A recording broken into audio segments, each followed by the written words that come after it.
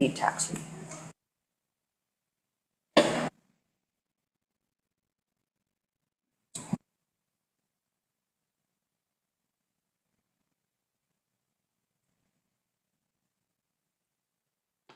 We will call to order the Urban Renewal Agency meeting for Wednesday, June 3rd, 2026. If we could please have a roll call.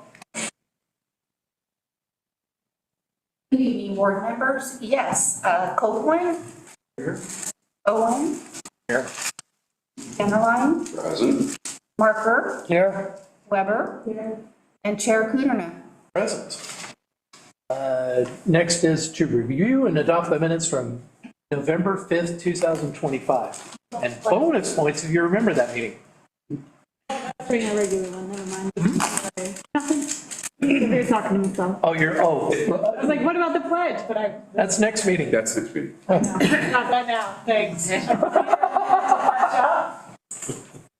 Brain fog is. Oh, good, oh, good. Do we have any comments on the minutes from the previous meeting? I looked through, nothing jumped off the page of me.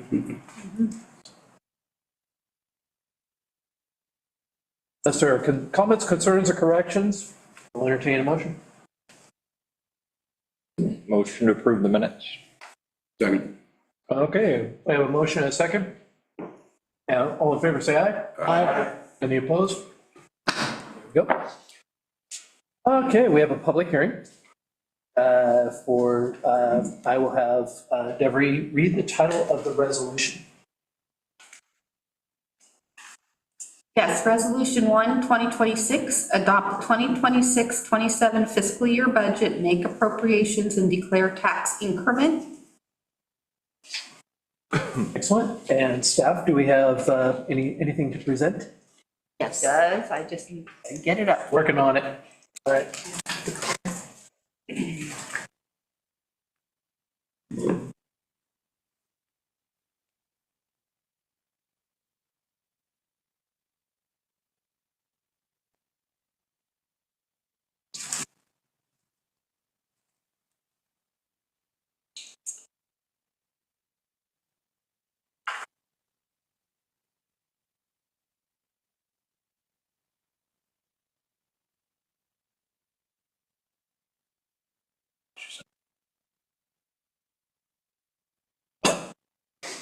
Can you?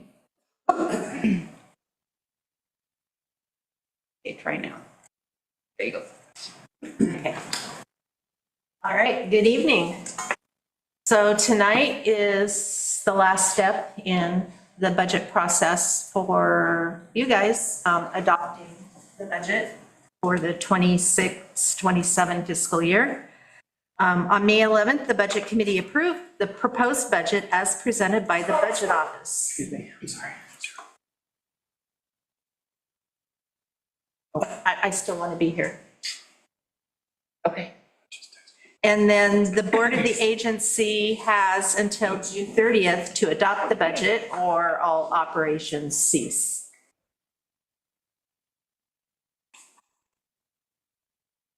So the total budget as approved by the budget committee is just about $4 million. And it's appropriated in 4 different categories, as you see on the screen: materials and services, capital outlay, debt service, and contingency.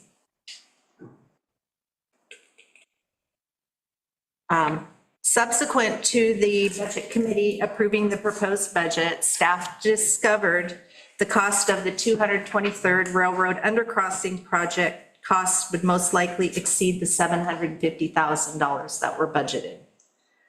Staff is requesting the board make a change to the approved budget when you adopt it, and increase capital outlay by $450,000 to cover the anticipated cost increases of the project.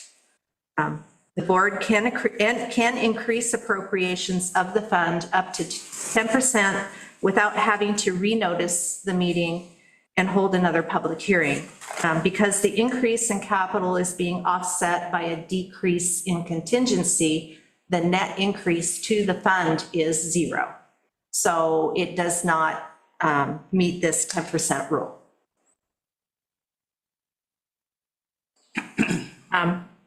So the known costs that we have and are pretty sure that they are close to accurate, they consist of construction, the Kittleson estimate, the 2025 estimate of $687,400, right-of-way of $26,300, and then there is an anticipated Union Pacific involvement of about $98,400. We would reimburse UP that amount for staff costs and anything that they do for the project.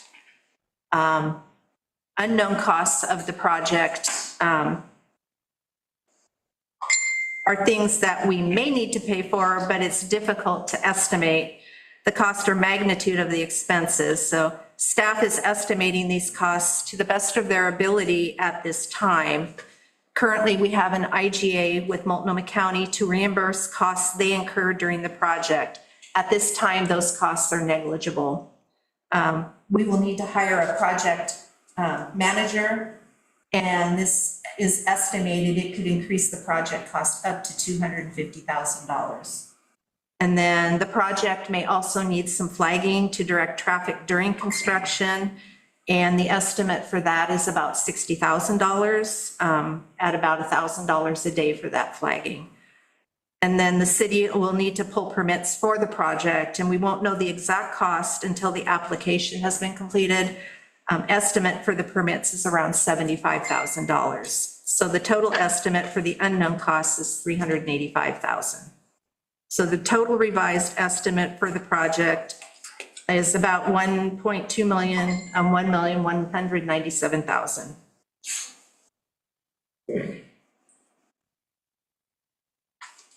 Okay, thank you very much. Does anybody on the board have questions for staff after that? I just had a question as you were providing all the financial information. Can we just back up for a minute to but you did, I think that it was the talk track between this slide and the slide that we have. So the total cost of the project is 1.2 million, is that what I? 1.2 million, if you round it up, it's 1,197,000. Yeah. And the 400 and, maybe it's a slide back. It's 450. So the 450,000, is that just increased costs that have put it to the, over the $1 million that we've just discovered? Correct, it's the 750,000, which is already budgeted, or already approved by the budget committee. Okay. Add the 450,000 to that.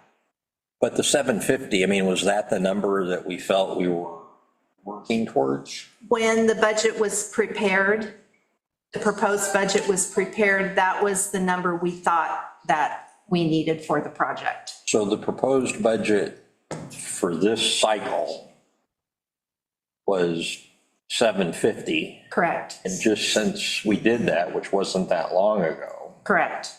it's increased 450,000. After we hired the new Public Works Director, Silas Richardson, he started digging into the numbers for that project. But by the time he got into those numbers, the budget, we had proposed the budget and the budget had been approved. So we weren't able to bring it to the budget committee. Well, I guess I'm just, Yes. I guess shocked would be the word. Yeah, it's a hard increase. I mean, so, you know, we've been tracking, or at least, and this hasn't really been this long since the budget was put together, we're tracking at 750. I mean, it's a wonderful project, and it desperately needs to be done. Not just because I live down the street, but I've been fighting that thing for 30 years now. So, I mean, it's a very much of a safety issue. I see every day, almost, I see stuff that just, it's mind numbing that what people have to do to go through there. But on the flip side, this is a little mind numbing too. If we put this budget together for 750, and I don't know how many weeks have gone by, and now we're sitting here and we need to throw another 450 at it, take it to 1.1 million. I mean, it just seems, it's very informational. At this point, I don't know what we could do to make it any different. It's a very viable project, but I'm just in shock that this is what we believe that it's going to take in order to complete it. Of course, a lot of the estimates we're estimating a little bit high because we don't want to have to come back to the board and say, well, we underestimated yet again, making sure that we have enough appropriations to finish the project. But I want to have Sarah Central, if you don't. I was just going to note that part of this is that we only found out that the railroad was ready to move forward with their, with the construction I think the day of the budget meeting. And some of the information that we received at that time were the additional costs that we could expect for Union Pacific's involvement in the project, as well as for the flagging.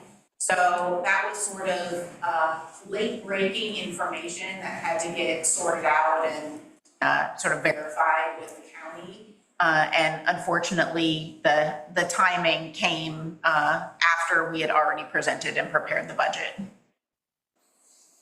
The other part of that is a little bit back what Ann said, new public works director digging into it a lot deeper than had been dug into before is also part of it too. So. Okay, Councilor Dennelan. Where I'm having a problem.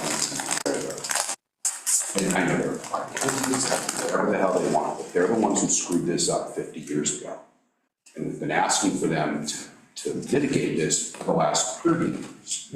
I don't feel like we should have to pay 1 red cent with the railroad's involvement to fix this. Especially when you're talking about a classical railroad that in essence has a monopoly. This may be record profits and is in negotiations to become the largest railroad by buying, the Northern Suffolk. And I said, we had an ask. So to me, it's like, I don't want to give them $98,000. I want them to contribute $200,000 to make this project work. Or we're going to start putting streetcars on top of the railroad to make them stop and move them. And maybe they'll get the idea that they need to step up civically for this. This is ridiculous that they want $98,000. They should be contributing that $98,000, if not more. And I don't know how you twist their arm to do that short of cars on top of the tracks.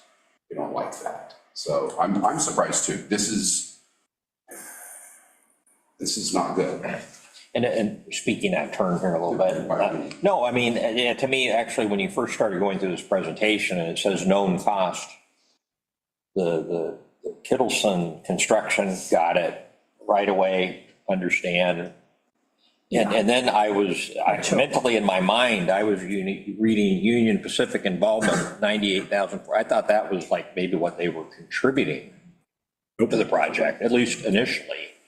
So to think that we're on the hook for, let's just call it 1.1 million, I'm sure I can be stand corrected.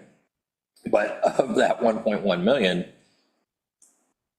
we got to pay them 98,400 to fix this problem that, I mean, this helps them produce revenue. It keeps goods moving. I mean, to me, they should just have some skin in the game. So I just don't understand why in the world we would ever be paying money and then have the costs escalate from 750 to another 450,000. I just don't get it.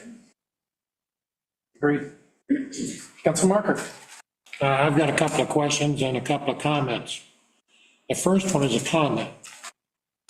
When the railroad does business with us, they seem to turn around and screw us over every time. And for them to turn around and make us, we're going to have budget hearings, okay? For them to turn around and come back to us and say that they need more money, in my opinion, I won't say the word, I'll just turn around and say it's BS. Okay? We should not have to do that. Okay, it's ridiculous. And I'm in full agreement with Councilor Dennerlein that they need to turn around and clean up their house, and they need to inform us before, and where are we gonna get the money? Where are we gonna get this money for the railroad? Does anybody know? It's urban renewal. Urban renewal. It's your contingency. So we have the money. Where is that coming out of? Right now, the money is budgeted in the contingency. So we would reduce the contingency 450,000 and increase capital 450,000. And again, to speak out of turn, the other part of my fear is we all know that this isn't the end of it. Not a project of this magnitude. We're going to have to go back and spend more money. How much is left in the contingency? Does this zero out the contingency? No, it's I don't know the exact amount, oh, 791.9. Okay, so is that 700 that is left or 700 that we're? That's out? left. Okay. I mean, we have the money and the project is, we've all been saying if there was any way that we could possibly do this, we have to do this. Well, here we are, here we're doing it, but it's gonna cost us $140,000. Here's another question, Jeff. What are we losing? How much money are we losing by not getting this project taken care of?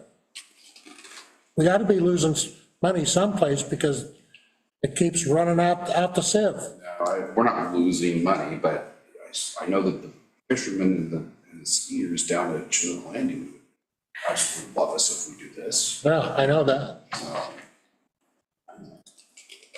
One other thing that I would like to say, just so that you are aware, because we are aware of this project, the possible project cost increase, and if we do not budget for this increase now, we continue the project at the 750,000, we can't do a supplemental budget later. Sure. Because we are aware of it now.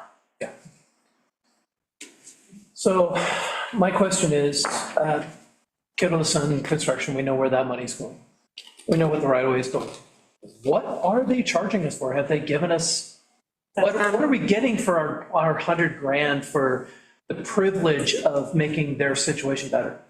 I think I have something here. I thought I printed it. Silas did tell me that the support for the railroad involvement was staff time if they send somebody out to the project and assist, or they have reviews. Is there a better way for me to say that, Sarah? It's that they're the railroad and they can do it. Railroads are the most protected organization in the entire United States. They're anticipating that they're going to have staff involvement in the project, and we're going to have to pay them for that staff involvement, basically. I would love to talk with them and say, yeah, we're making your situation better. Yeah. This is the cost of doing business. If something were to happen to your railroad within the city of Fairview doesn't pay for you to come out and fix your railroad. If railroad ties deteriorate to the point where they are now a safety concern, they go out and do it on their own dime.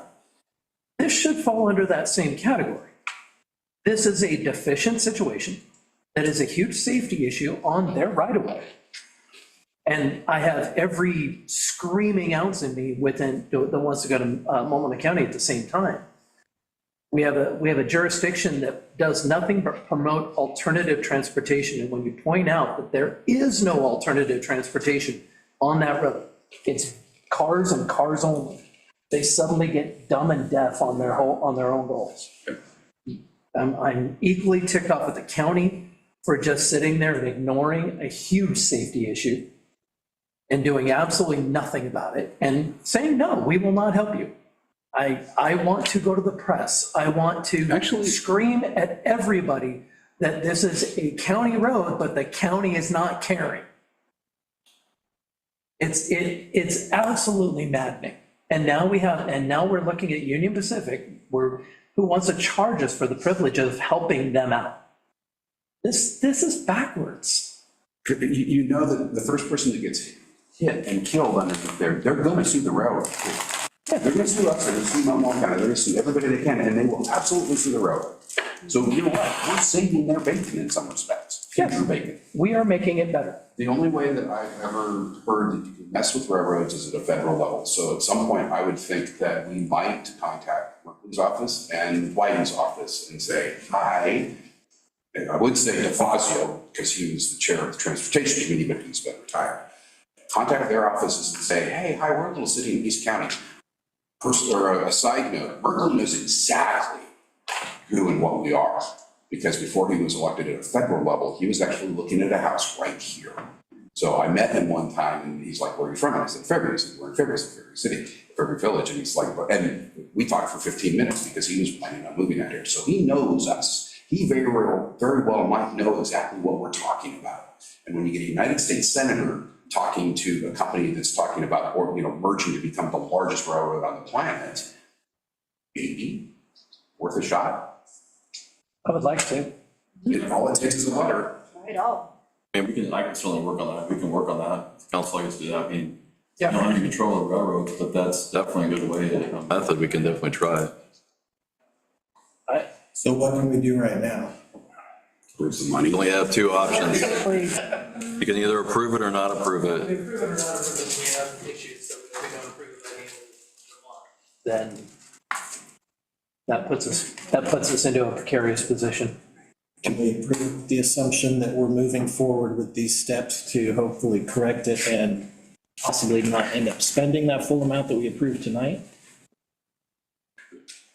I would believe so, yeah, I mean, and as Ann had said, and first off, I want to say, we're not angry at you. No. Oh, I know. And that's, okay? I want to make that abundantly clear. We're just frustrated at the absolute sheer lunacy of what's going on. How we have two huge entities that not only don't want to help, but they want to charge us for it. Right. Yeah. They have thwarted us at every effort. This is beyond stupid. Yeah. Yeah. So, And this is not just something that happened last week. this problem's been there since It's been going on for a long time. decades. Well, they ignored the situation when they built Steve's house, when they built all the houses around the lakes. They should have, somebody should have held their feet to the fire and said, oh, by the way, UP, fix this. And UP said, no. So, how long ago? 30 years ago? 30, every bit, 40 years a ago? little more than that. Yeah. Yeah, But, most of it. so, but we don't have a choice here. So, deep breath. To say we're disappointed is an understatement, but I understand. Hopefully, the stars align and we can lower that 450 down to a more reasonable number. I get forgetting a couple things here and there, flaggers, for instance, that is something that could be easily next time. I'm not immune to that, but I'm begrudgingly willing to accept this, knowing full well that I really want to knock that number down. This is getting to the point now where I honestly do want to go to the press. Mm-hmm. I want to start making a stink over trying to do the right thing, and the entities that are involved, the entities that are actually in charge, do not want to seem to lift a finger. And it's frustrating. You can also include the county on some letters if you'd like. Yeah, absolutely. Yeah. So assuming that this all comes into play, what would you say is a target date when I would actually drive my vehicle under that structure, not need a flagger, and it's all done? What's a date? I'll let Sarah take that. So the first step is when the city's prepared to enter into the agreement with Union Pacific, that includes the costs that were identified. And then once that happens, we do have all the construction drawings ready. And so we would need to work on, getting a contractor on board, going out to bid for the project, getting permits for the project. But I would say the construction timeline is not that huge. And I would say in a year, or end of summer next year, the project should be complete. So 1 year it would be done.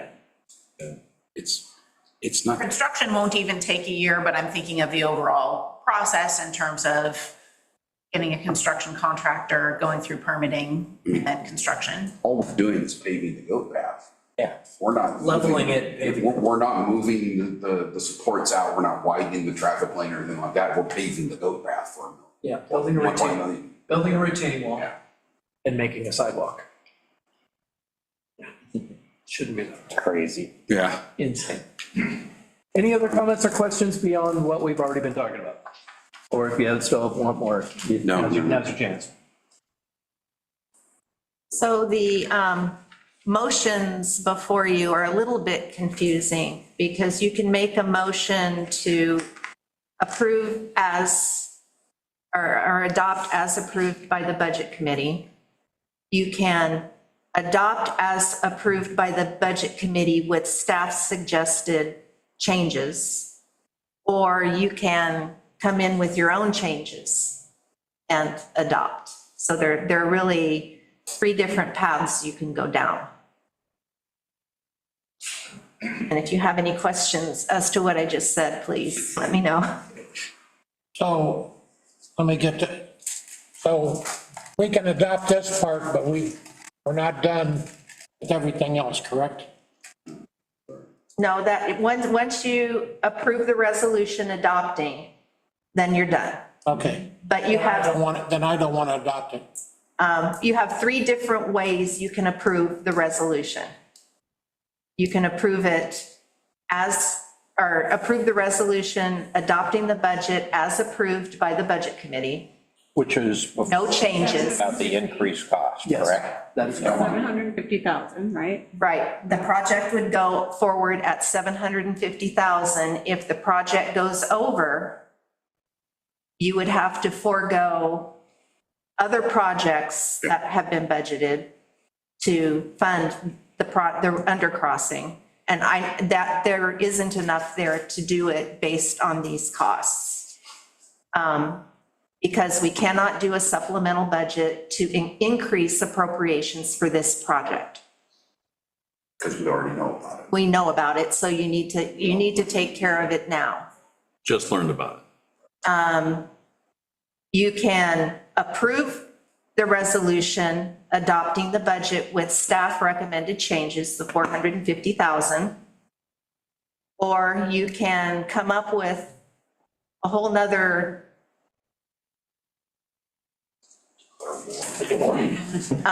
plan, I guess is the word, and then adopt it with the board's changes. Middle one. We want the middle one. I want the middle one. So those are your 3 options, or you just not approve it. And that's not good either because you need a budget by July 1 or all operations of the agency will cease. Yes. Okay, The only thing, We should approve something. so what's next? the only thing that I want to say for myself, I came up here tonight because I care about this city and I care about the amount of money that we're spending. And I care about the amount of money that we're charging our residents. Tonight happens to be my 3rd wedding anniversary, okay? Yet I'm up here at this meeting because there's stuff that I feel is important that I need to bring forward to the city manager and you two over. So I don't want to adopt anything until I get my stuff off the table. Just a reminder, this is the URA meeting, not the council meeting. Yeah, Oh, okay, so it's just your, never mind, this is your. as you were. And Mayor, if I may, oh, I'm sorry. I just wanted to remind you that this is, there is a script and that this is a public hearing that you do need to. Yes, Okay. I have it in front of me. Perfect. I was just going to note that this is certainly not the last conversation that we'll have with the council about this project and the last opportunity for council to provide feedback and approval as we're moving forward. The only other thing that I want to say is I really believe in my heart of hearts that the railroad has got us over a barrel. And that it makes it sound like that there's no way out. Congress in 1840. And for me, that's unconscionable. It is. Been this way for 150 years since they invented steam engines, so nothing's going to change there. Okay, so we have 3 options ahead of us. I would strongly recommend that we approve one of them for the sake of continuing doing business after the end of the month. Yes. You've expressed your desire on a particular option. Is there any other discussion before we go to a motion? Yeah, I mean, I'm, at this point. Public hearing. Public hearing first. Have to do a public Yes. hearing. That's true. Although we are, I guess, I was qualifying that as questions, but you're right. You actually have to open the hearing. Okay, well, then we will, at this point, we will open the public hearing. Is there anybody in the audience who wishes to testify in favor of this, the proposed resolution? Is there anybody wishing to speak against it? Is there anybody that would just wish to speak in neutral territory and just have something to say? Please come up and state your name and city of address. Hello, my name is Adam. I'm a resident of Fairview. Was that it? Was that Yep, that's it. That's all we need. I do like the idea of making us think about it, so maybe as part of the third option, kind of add some sort of caveat that we'll adopt it, but, you know, we're gonna bring in our senator to have a conversation about how we make sure that doesn't happen. So that's just my opinion on the matter. I'm not sure that's for or against the resolution, we're still working out the logistics of that, but I think I always like the idea of like, let's put it in the written record somehow, you know, have the press make a note of it, and if something, God forbid, disastrous happens, we have a written history of it. Absolutely. Excellent situation. So Thank that's you. just my opinion. Thank you. Thank you. Mr. Mayor, I have a question for you. Let's get through the Okay, public all hearing right. first. Is there anybody else that wishes to testify? With that, we will close the public hearing. Now, comments and questions. Councilor Mark or Commissioner Mark. Mr. Mayor, what would be the ramifications if we were to turn around and put this out for the newspapers and stuff like that to let them know that this is a very bad thing, it's a safety hazard, okay? People could turn around and get killed or injured because of it. And we really, maybe we could use their reporting to maybe get some heads to turn. That's my thought. Yeah, there's always potential for negative. It could be even more difficult if that was even possible to work with those jurisdictions. I don't know if that's possible. I think they're plenty difficult enough. I don't think that escalator goes up any higher. But I guess it's possible. Let's just say it's front and foremost in my mind, especially seeing that $98,000 and change price tag. That has me fairly interested in making it a loud stink. But, yeah, we'll see. I don't know. I honestly don't know. City Manager. I was just going to say, Mayor, if I may, individually, councilors could certainly talk to anybody they want to. There's nothing wrong with that. I wouldn't recommend the body make a statement directly prepared and send to the press, because we'd be more getting into a political situation. So I wouldn't recommend the council doing that. No, not as a group. Not as a group.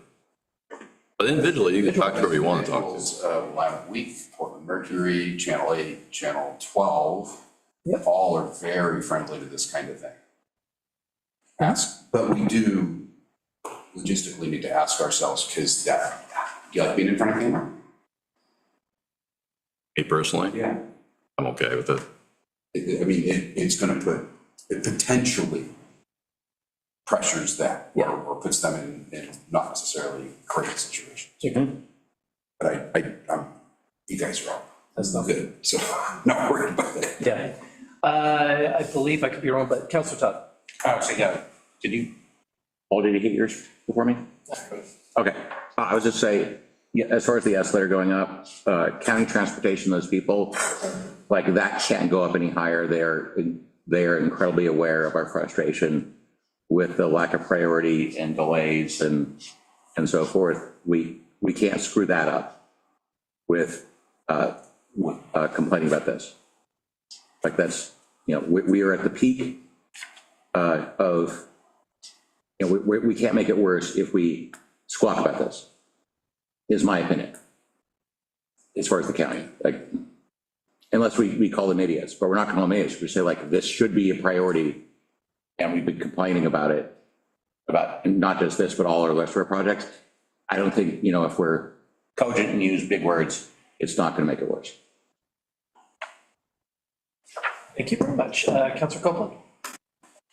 I apologize if I missed something, but aside from the 98,000 and the 60,000 for the flaggers, what's the rest of the 450?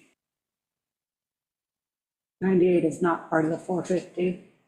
It's not? No, it is. Well, the known costs and the unknown costs combined, plus the 750 that's already been approved by the budget committee. If you take the known costs, the total of the known costs, I thought I had it totaled up here, but I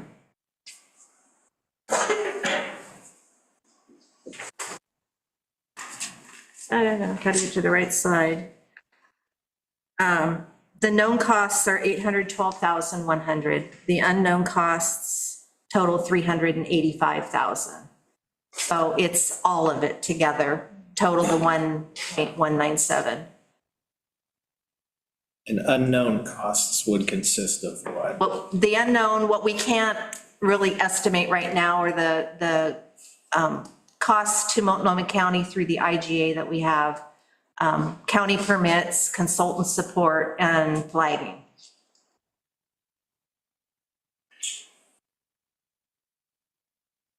And we're hoping for alternatives, like maybe we can get one of those automatic arms as a flagging. I mean, we don't know.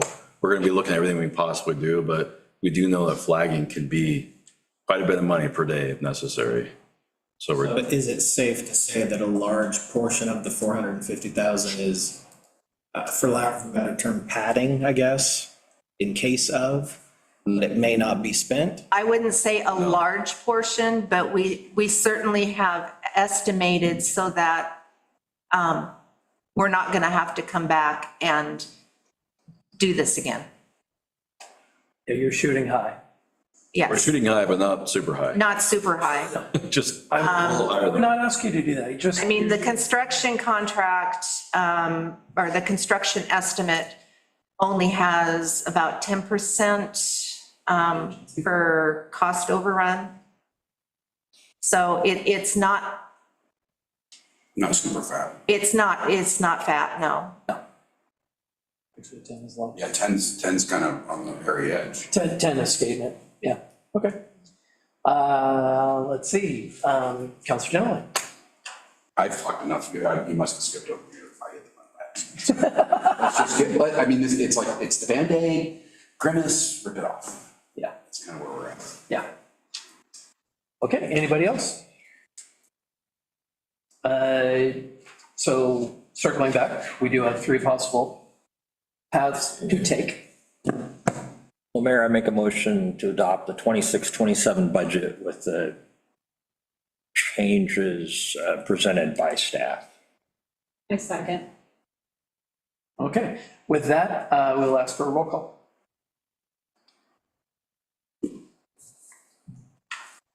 Okay, Todd, Aye. Copeland, Owen, Aye. Generline, Aye. Marker, Aye. Weber, Aye. Chair Kudrna. Aye. I believe that with that satisfies the nature of the meeting tonight. That resolution is approved. Next is authorized corrective action plan audit. Okay, good evening again. This is the finance show tonight. For this one. Next one too. So the audit for the agency was presented by the auditors, was it last meeting? It was May 6th. May 6th.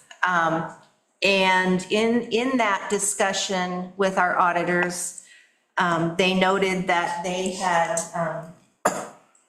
given the agency some deficiencies in that audit. The Secretary of State does require that we respond to those deficiencies within 30 days of the audit. So this plan of action for the Urban Renewal Agency is listing the deficiencies, how we are going to take care of those deficiencies and when we expect to have those taken care of. I do want to note that a lot of these deficiencies have to do with the lateness of our audits. And until we get caught up with the audits, we're going to probably see these come forth year after year. So the board has to approve the plan, and then we will send that to the Secretary of State. So tonight, you're here to approve or not approve the plan that is before you. And I can answer any questions you have on that plan. So this once again has to do with urban renewal. Yes. Urban renewal, yes. Gotcha.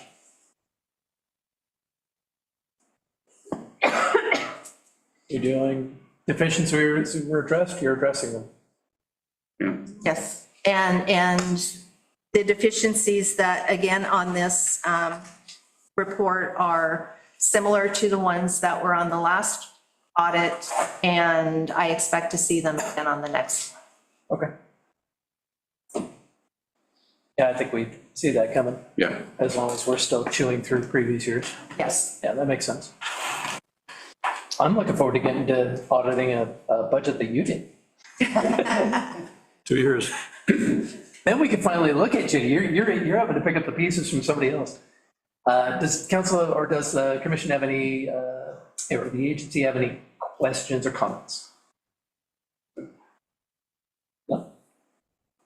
Okay. We do have a motion on the table then.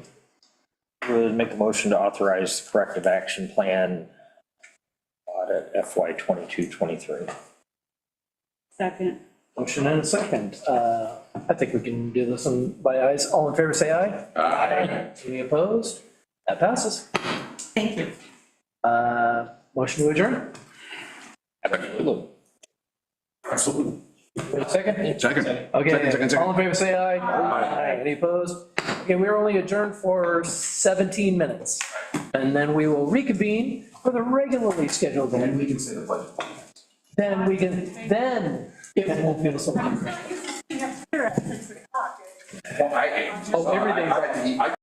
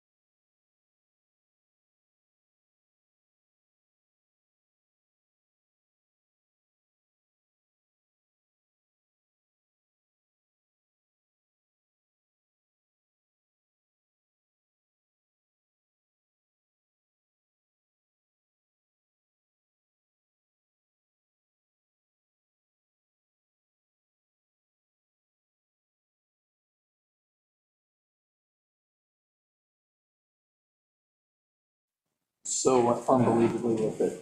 And if we do it tonight, we get ahead of Portland and make them look even more.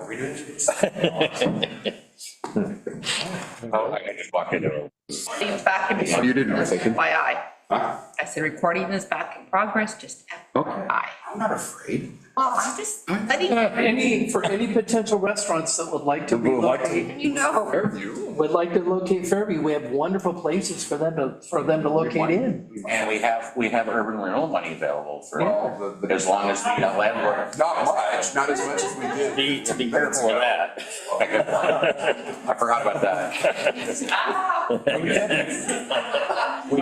We just murdered 2 restaurants with, the railroad just murdered 2 restaurants. Yeah, all right, Man. with that, we will call to order the Fairview City Council meeting for Wednesday, June 3rd, 2026. If we could please have a roll call. Yes, Counselor Todd, I am present. Counselor Copeland, Here. Counselor Owen, Here. Counselor Henry, Bells on. Counselor Marker, Here. Counselor Weber, With bows on. With flip-flops on. Yes, if we would stand for the Pledge of Allegiance. I pledge allegiance to the flag of the United States of America and to the republic for which it stands, one nation, Under God, indivisible, with liberty and justice for all. May have to, we're probably not gonna make it because it's only halftime, but I have a request from my father-in-law that we stop the meeting no matter where it's at when the third quarter ends in the NBA Finals Game 1. I don't know if we'll make it. It's halftime right now. Yes. Okay, let's go. We'll see. With that, do we have any citizens wishing to speak on agenda items that are not public hearings? No requests were made. Thank you very much. Next on the agenda is the consent agenda, which is reviewing the minutes and adopting the city's qualifications, city state statute shared revenues. Are there any comments? If not, then we'll entertain a motion. Motion to approve the consent agenda as presented. Second. We have a motion, we have a second. All in favor, say aye. Aye. Any opposed? Oops. There we go. Public hearings. I got my script out, make sure I don't mess my way. If we could have the city recorder read the second reading of the ordinance by title. Oops, okay. Ordinance 2, 2026, an ordinance amending the City of Fairview Municipal Code, Chapter 12.25, trees and shrubs impacting streets, traffic signs, and sidewalks, to update and simplify code language as part of the Street Tree Code Update Project. Okay. Is there any new information that you wish to present to council since the last meeting? Nothing new other than the letter of testimony in support of the amendment by the Multnomah County Health Department. That was left for all of us. Does council have any questions for staff on this item? Just get rid of the cottonwoods. That's All is holy, get rid of the cottonwoods. Yeah. If there are no further questions received from council, we will go ahead and open the public hearing. Is there anybody in the audience that wishes to speak, testify in favor of the proposal? Can they come now or come forward now? Is there anybody wishing to speak against it? Is there anybody in neutral territory that wishes to speak? Okay, with that, we will close public hearing.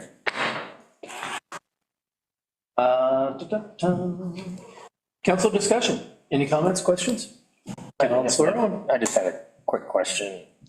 So when we adopt this, when would this actually go into in effect? And when would we expect staff to start administering the new program?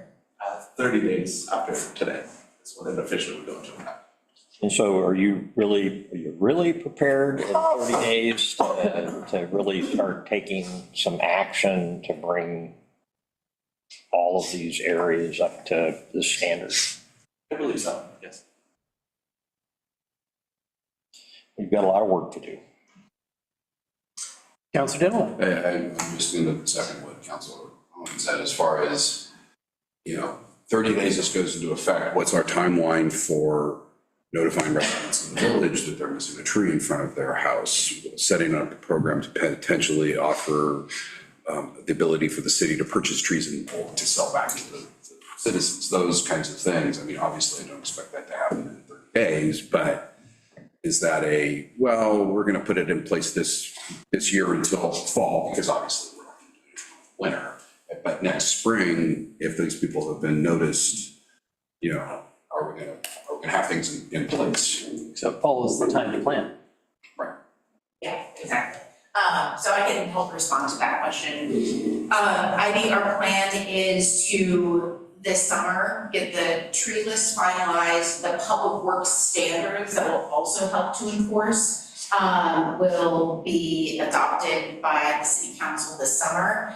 And then we're gonna be doing outreach following that, both to residents and to the contractor community, landscape contractors, to educate them about what the updated code says, what the updated planting standards are, the updated street tree list.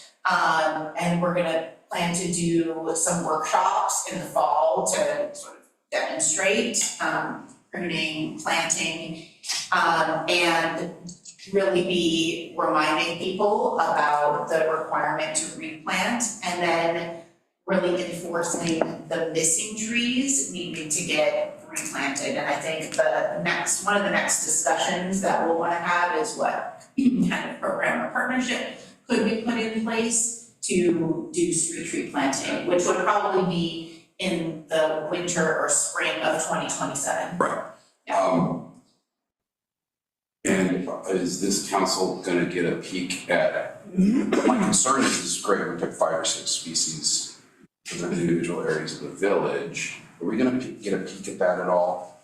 Or is that, we're just going to let staff deal with it, and then when we see a tree, we'll say, well, 5 years ago, we should have list.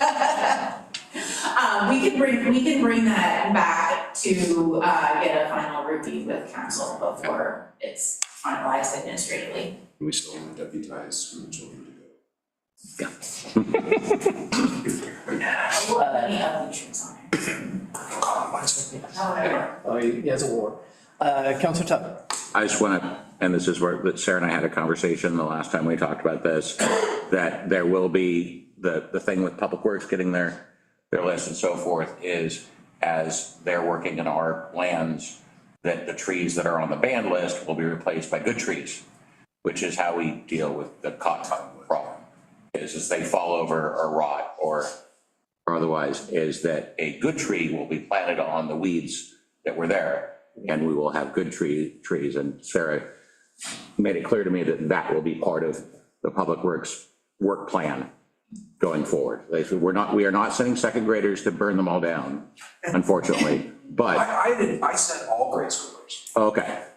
But that will be in sort of the policy. So as cottonwoods threaten to fall over and damage property and rot and so forth, they will be replaced by good trees on the nice list. And over the next 20 years, cottonwoods will be replaced by good trees. Good. We'll place those good trees on the carcasses of the ones we don't want to be dark. Any other questions? Councilor Marker. I wasn't gonna ask anything, but my general contractor just walked in the door and reminded me. So when a brand-new house gets built, obviously, we're gonna put a tree in front of their house, okay? Number one, what kind of tree is it gonna be? Number two, are you gonna require the resident to plant it? Or are you gonna plant the tree for the resident?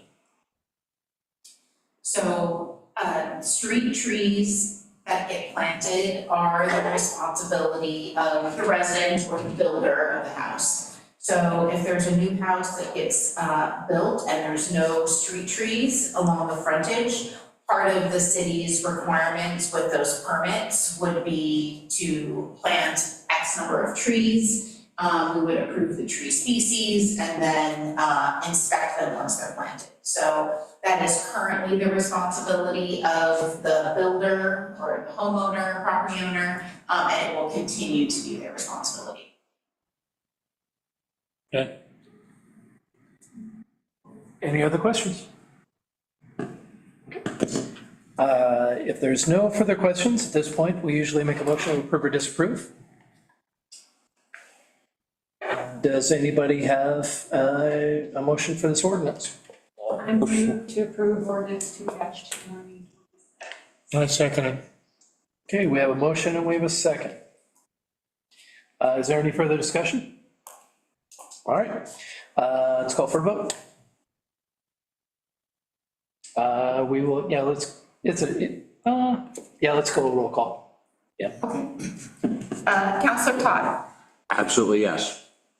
Counselor Copeland. Aye. Counselor Owen. Yes. Counselor Dennerlein. Oh, yes. Counselor Marker. Yes. Counselor Weber. Yes. And Mayor Kuderman. Yes, passes. Okay, next we have 4B, adopt, well, actually, let's have the city recorder read the title by resolution. Oh, I apologize, I'm falling down the job. I was gonna try and be ahead of her on the slides. So resolution 23, 2026, a resolution revising water, wastewater, and stormwater service charges relating to the Fairview municipal utility systems. Okay, is there a report to give to staff, or the report from staff? Yeah, I have a little short report here for you.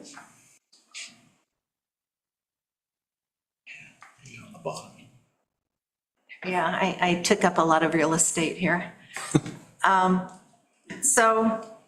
Just to remind you, utility rates were last increased on the August 1st, 2025 utility bill. In December of 2025, the city entered into a contract with Donovan Enterprises to review the financial condition of the water, wastewater, and stormwater utilities. And that review revealed that at the current rates, the utilities would not be able to meet their operating and capital obligations soon going forward. The study was presented to council at their February 4th work session, and council suggested they were in favor of adopting the 5-year plan the study recommended. Just to remind you, the 15%, 5%, and 3% is the increase for the first year of the 5-year plan.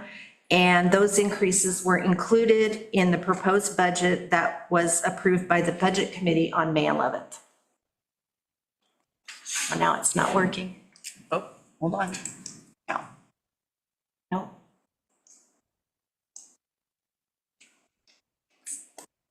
I broke it.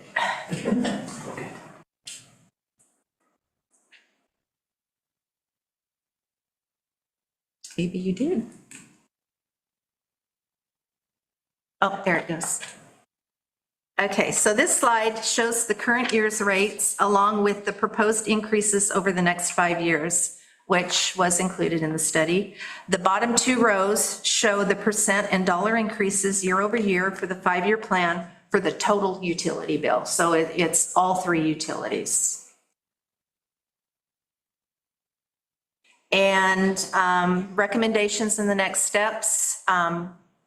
Staff recommends that council approves resolution 23, 2026, adopting the 5-year rate plan as outlined by the 2026 rate study. You can also choose not to adopt resolution 23, 2026 and provide us with alternate direction. And we are going to continue conducting comprehensive rate studies and annual financial checkups of our utilities going forward. We do have Steve Donovan here tonight, so if you have any additional questions for him, you can ask him. Thank you very much. Actually, at this point, because we're in a public hearing, first off, does council have any questions for staff after this? I just had one quick question. So do we have any other significant improvements scheduled? I know we're, drilling a well, gonna create some more water, storage tanks and stuff. And that's What one, is the next, what's the next big item, say, in this 5-year window? The Sandy Boulevard line. Sandy Boulevard trunk line. It was built in 1956, I believe. And they're going to be doing the road here in the future. We want to see what we can do to replace that or. So the costs associated with that are part of this rate study then? correct. Yeah. Yes. So. Okay. I can answer that. Going back to what we did in February, and Steve Donlin, 9600 Southwest Oakland, Suite 55 Portland. What we got here is for the Sandy Trunk Boulevard project, is gonna be what it boils down to will be a cooperative agreement between Gresham, yourselves, and Troutdale? Wood Village. Wood Village. Pardon me, Wood Village. It's gonna be a substantial project. This infrastructure is severely undersized and has been for years. It's causing surcharging. The answer to your question is it in the rate? No, it isn't. We don't know what it is yet. We don't know how big the red box is. We do have in the budget a line item budget for $50,000 a year for unexpected or unknown costs on the sewer side.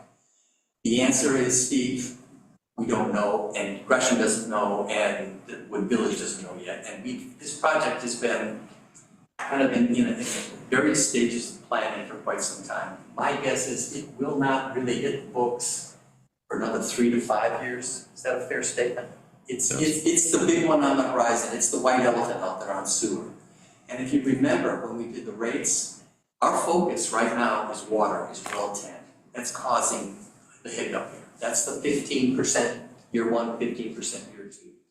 When we swallow that and get that $6.3 million project done, it's gonna turn into $275,000 a year in debt service. That is in the rate.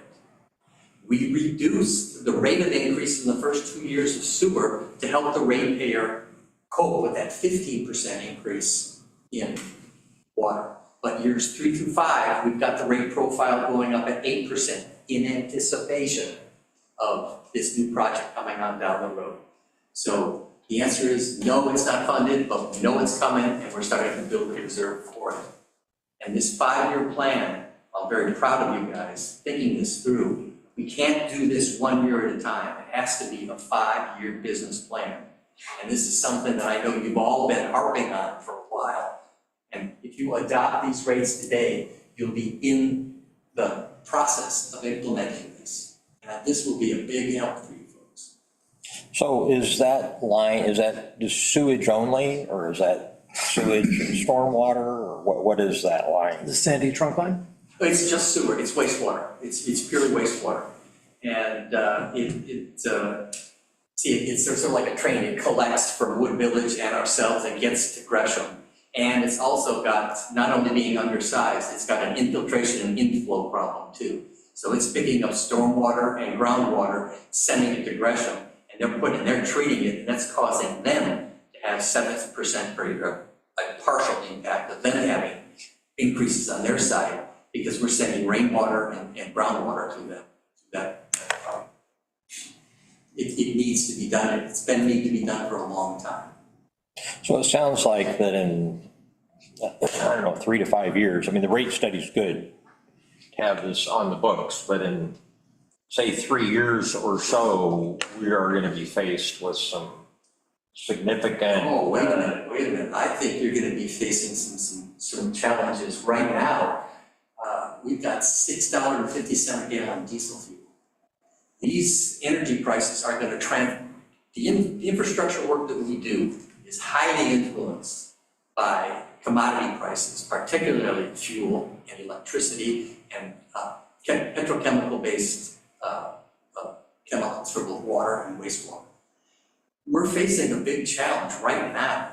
We went from $2.50 gas to $5. This is going to permeate throughout our economy. And we may be back in front of you if this continues in, like you're saying, in 2 to 3 years with a course correction. So I'm not saying this is from God's lips to your ears. This is a great plan. I'm proud of you for thinking on a 5-year planning basis. But we've had some exogenous variables come and hit us in the gut right now. So be aware. I'm getting down here, I know that. The industry that we're in, this infrastructure industry, is highly sensitive to fuel prices. Councilor Marker. You like scaring kids at Halloween, don't you? It's a gift. I can kind of tell. So I'm a rate-paying customer, and talking about, I'm gonna have to pay an extra 15%, correct? That's for the first 2 years, just for water. The average increase in your bill every month for the next 5 years is gonna be about 6.6% per year. Once we average in water and sewer and storm. Okay, what is, that differential rate? what does 6.6% equal out to? Could you put that up again? I'm trying, yeah. It was Technical difficulties. It was up there for a minute. Yeah, I've got it in mind here, but I'd like you all to see it. It's a great question. You're absolutely right. I don't know. Sorry, I didn't mean to make you have to flail around. We're talking about the first 6 years, you're gonna be about, I'll call it $9.27 and $9.28. And then it's gonna be about, call it $6 every year thereafter, you're gonna have an increase on your bill. Your total water, sewer, stormwater bill. Okay. Now, the night you came up here and gave us a brief synopsis of what you're here for and what we needed money for and stuff like that, it had already been talked about at our council meeting concerning an additional fee that we are charging Right. our customers, Correct. okay? And where do you think the customers are gonna get this money?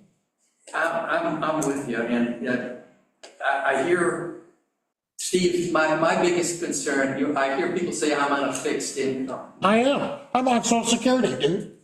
I am too, and everybody is on a fixed income in this room.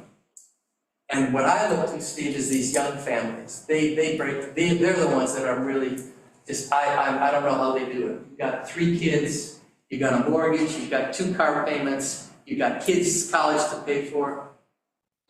I hear you, we all do, but your costs aren't going away.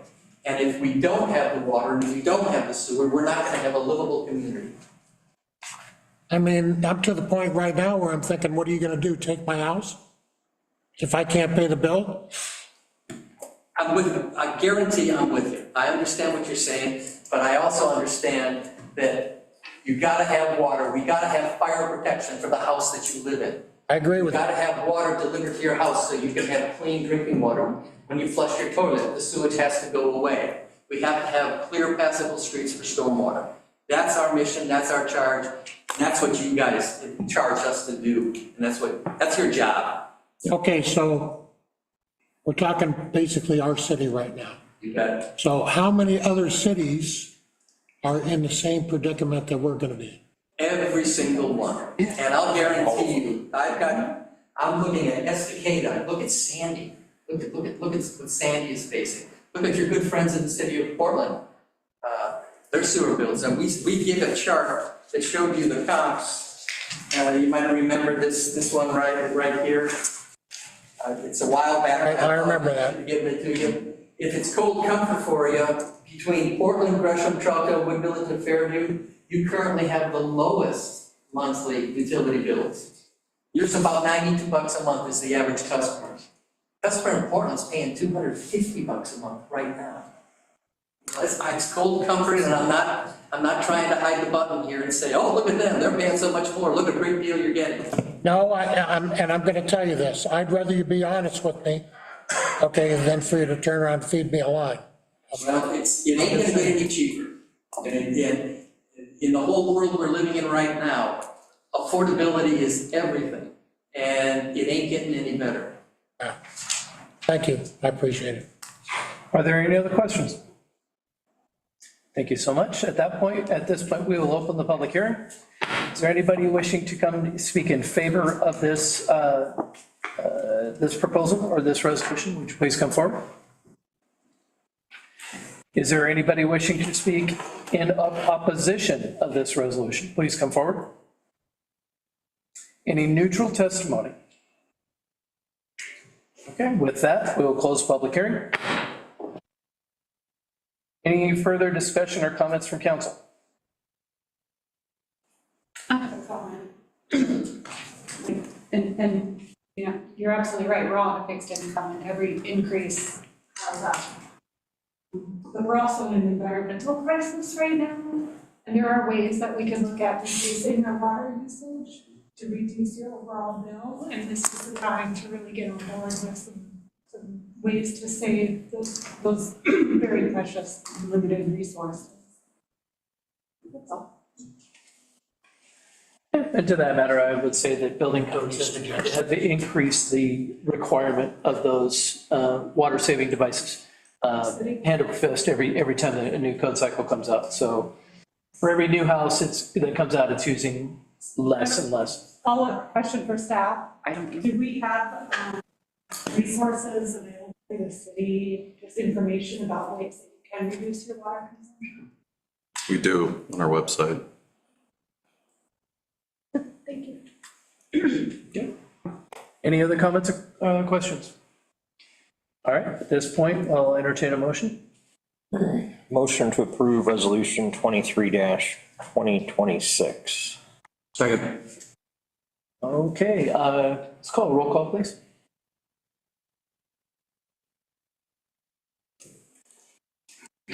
Should I start at this end of the dais? Will that throw you off, Counselor Weber? No. Okay.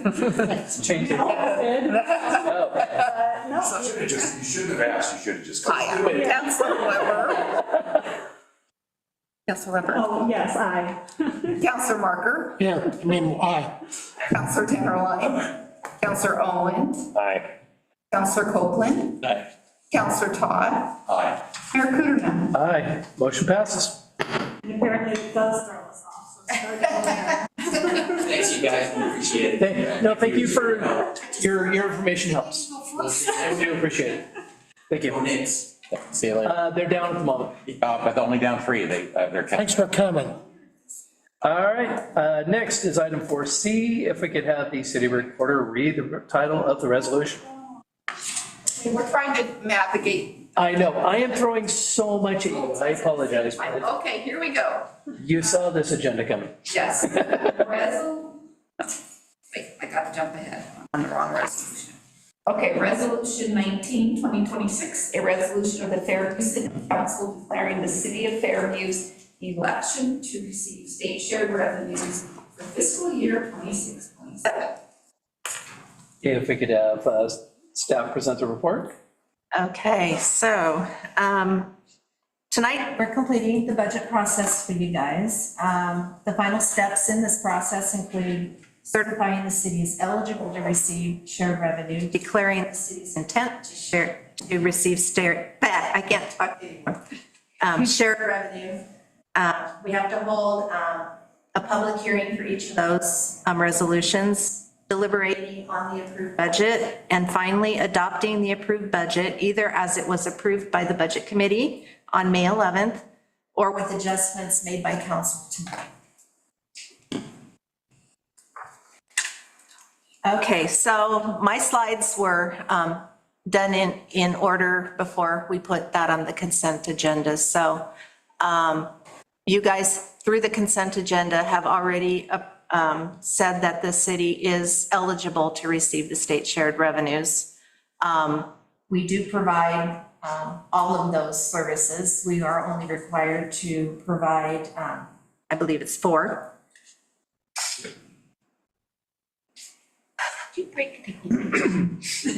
I'm not touching anything anymore. I think it's.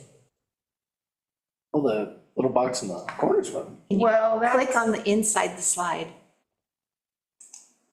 There. There we go. Okay, so this has already been done. Resolution 18/2026 has been adopted. So for the city's election to receive the state shared revenues, we have to have levied property taxes for fiscal year 2025-26. We have to hold the public hearings. We did one before the Budget Committee and one tonight. And then we have to approve the resolution that is before you. Total state shared revenue for the fiscal year 2026-27 is estimated to be about $1.1 million through cigarette tax, liquor tax, a general shared revenue from the state, and also gas tax that goes to the street fund. So your action tonight, staff recommends you approve Resolution 19-2026, declaring the city's election to receive state shared revenue. You can also choose not to approve the resolution and forego all of the revenues that were on the previous slide. Let's see, we go to questions. Councilor Marker. So with the non-passage of the gas tax and the transportation bill, what is the gas, what's going to be the final outcome? How much are we going to be paying? How much are we going to be paying? Yeah, how much are we going to pay for gas? I have no idea. That has nothing to do with this. What would have happened is if the gas tax had been approved, we would have got more from the state. But now we're just gonna get this. This is it. 800. Yeah. Okay. We would have gotten more, but now we're not. That's the only effect on the city side. Got it, thank you. Any other questions? No, but for the record, I would like to point out that there's a missing line in that revenue due to our predecessors that we don't collect marijuana tax. It'd be gone by now. That ship sailed too many years ago. Are there any other questions for staff? With that, we will open the public hearing. Is there anybody that wishes to come down and speak in favor of this resolution? Please come forward. Is there anybody wishing to speak against this resolution? Please come forward. Anybody of neutral testimony? With that, we will close the public hearing. I think this one's pretty slam dunk. Do you want money?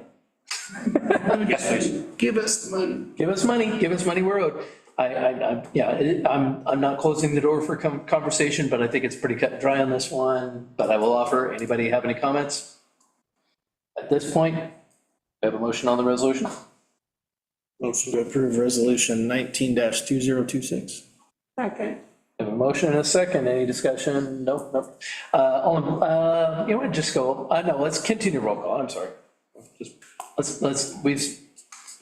My brain is in 3 different places. I'm alert now. Okay, we're gonna go with Counselor Weber, because she is ready. She is ready. Yes. Okay, Counselor Marker. I have one question about this whole thing.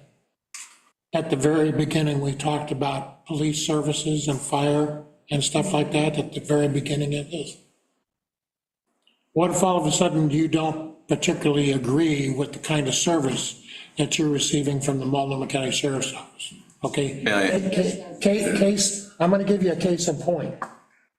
I've already said this numerous times since she showed up, okay? The police chief, Ms. O'Donnell, has not come to a city council meeting yet, okay? I've talked to the police chief, I've spoken to you about it, and I think it's a bunch of bull that she doesn't show up here. It almost makes me feel like she doesn't care about East County at all. And we have a lot of people here that would like to meet her, find out what she's about, okay? Let her tell us.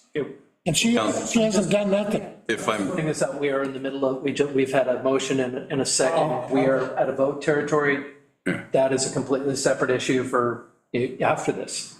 Would be great. We have had a motion, we have had a second. Are you in favor or against? Getting the state shared revenue. This is a resolution for state shared revenues. Okay, I'll be in favor of it. Okay. Counselor Dennerlein? Counselor Owen? Aye.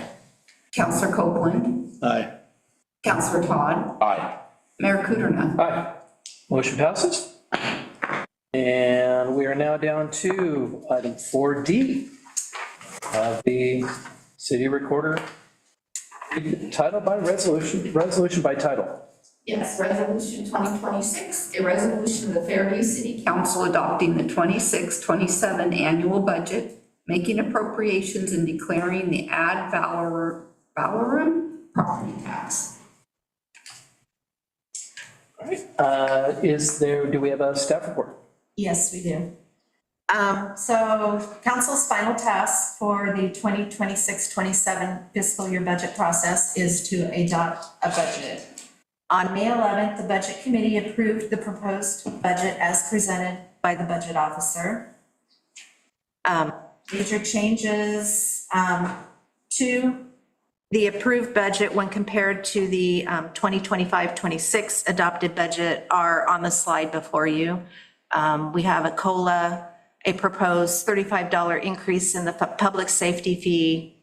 Property taxes were estimated with a 1.5% increase in property values.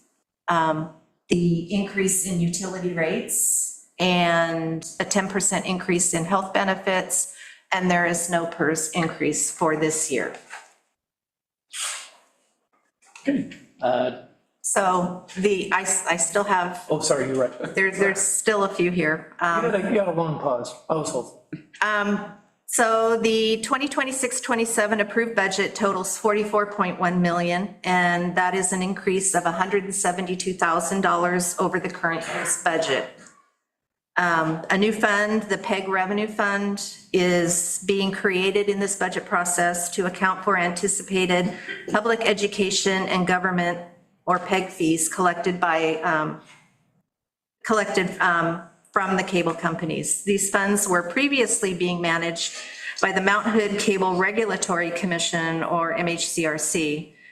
The MHCRC is being dissolved as of June 30th of this year, so those funds will be coming to us instead. In this budget, the city will be issuing debt in the amount of $2.4 million as part of the funding package for the construction of Well 10. The debt will be paid in the water fund using revenues collected from water services. The charges for services increased in part due to the suggested $35 per month increase to the public safety fee. And the utility rates increased in line with the recommendations of the rate study that was completed earlier this year. Transfers decreased.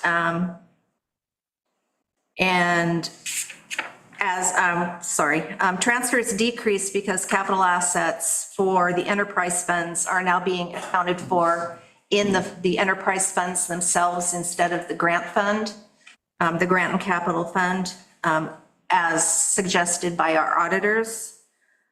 So enterprise funds are no longer transferring money to that fund to pay for their capital projects. It resolves an issue our auditors have had for the last 3 audits completed. Payroll costs increased approximately $500,000 due in part to adding 6 new positions, and ending fund balances estimated to be 1.8 million, which is about 954,000 more than the city expected to begin the fiscal year with on July 1. 456,000 is related to the general fund growth in fund balance. So we are headed in the right direction. We're not there yet, but at least we're going in the right direction.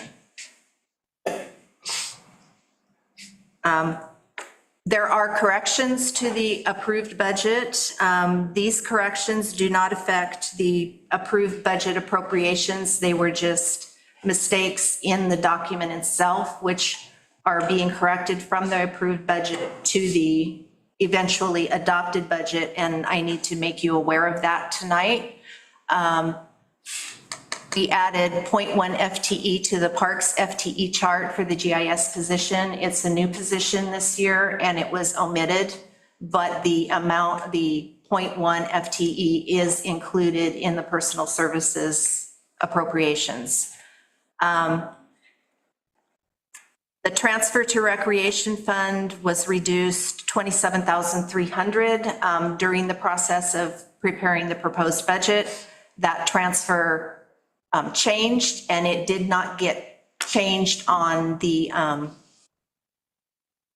individual requirement summary for the general fund's other requirements portion of that fund. And then contingency was reduced 9,000. Again, we made an adjustment to the IT program in the general fund, which reduced the contingency in the preparation of the proposed budget, but it did not get corrected on that individual summary page. And then a 0.1 FTE added to the building fund for the GIS position. Again, it's the same as the parks. It just got omitted from the chart, but the appropriations are in there. We did find some corrections to the approved budget that did affect the appropriations, and that's, you'll see that if you look at the resolution itself, there are adjustments from the approved to the final adopted. And street fund materials and services decreased 500. Water increased 800, sewer fund increased 6,200, and stormwater fund increased 12,100. This all has to do with the rent that they pay to the general fund for use of common areas within City Hall. And the offset was contingency, so the overall appropriations for the fund did not change. So now we get down to the final slide. Staff does recommend approving Resolution 2026, adopting and authorizing the city manager to fully implement the budget for the 2026-27 fiscal year as approved by the Budget Committee on May 11th. Impose ad valorem tax and categorize the taxes. And that should say as approved by the Budget Committee with the adjustments made by staff tonight. All right, are there any questions for staff? No? Okay, with no further questions, we will open the public hearing. Is there anybody in the audience wishing to speak in favor of this resolution? Please come forward. Is there anybody wishing to speak against this resolution? Please come forward. Does that mean council can say something? We have our time in a little bit. Okay. Yeah. This is for everybody else. Is there anybody wishing with neutral testimony? Okay, we will go ahead and close the public hearing. Now we come to the point where we have council discussion and comments on this. We will start with the light that is on, Councilor Todd. I just want to say that, thank you very much for staff, that this budget compared to previous, I feel more informed and educated, and just all the nitty gritty and the top down picture of it. I feel much more informed than I have previously, and so I want to thank all staff for putting us in that position where, especially with a difficult budget with hard decisions, that I feel really good about this proposal. I love seeing the little adjustments and the explanation of them. So I feel good about this. So thank you. Okay. Any other council discussion comments? I do. Okay. Thank you, Mr. Mayor. You know, I would have supported this if it weren't for some discrepancies, okay? One of the things that has really caused me not to want to adopt this was that, we're broke. We don't have money. So how could we hire or give people a pay raise, meaning the staff, we don't have money? That gentleman that was in here tonight to talk about rate increases and stuff like that, we were sitting at that table right there, and you pulled up the chair right in front of me, and he was sitting right next to me. And I looked you direct in the eye, Nathan, and I said, we're broke. We can't afford it. You just looked me off like, I don't know who in the hell you are. And I meant every word of it when I said we were broke and we couldn't afford it. So how you can turn around and give employees pay raises knowing full well that we're broke is unbeknown.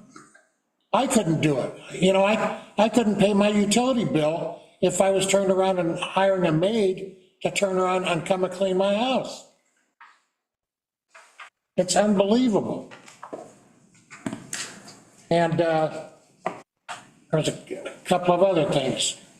I don't understand how this public safety fee went from $25 to $55.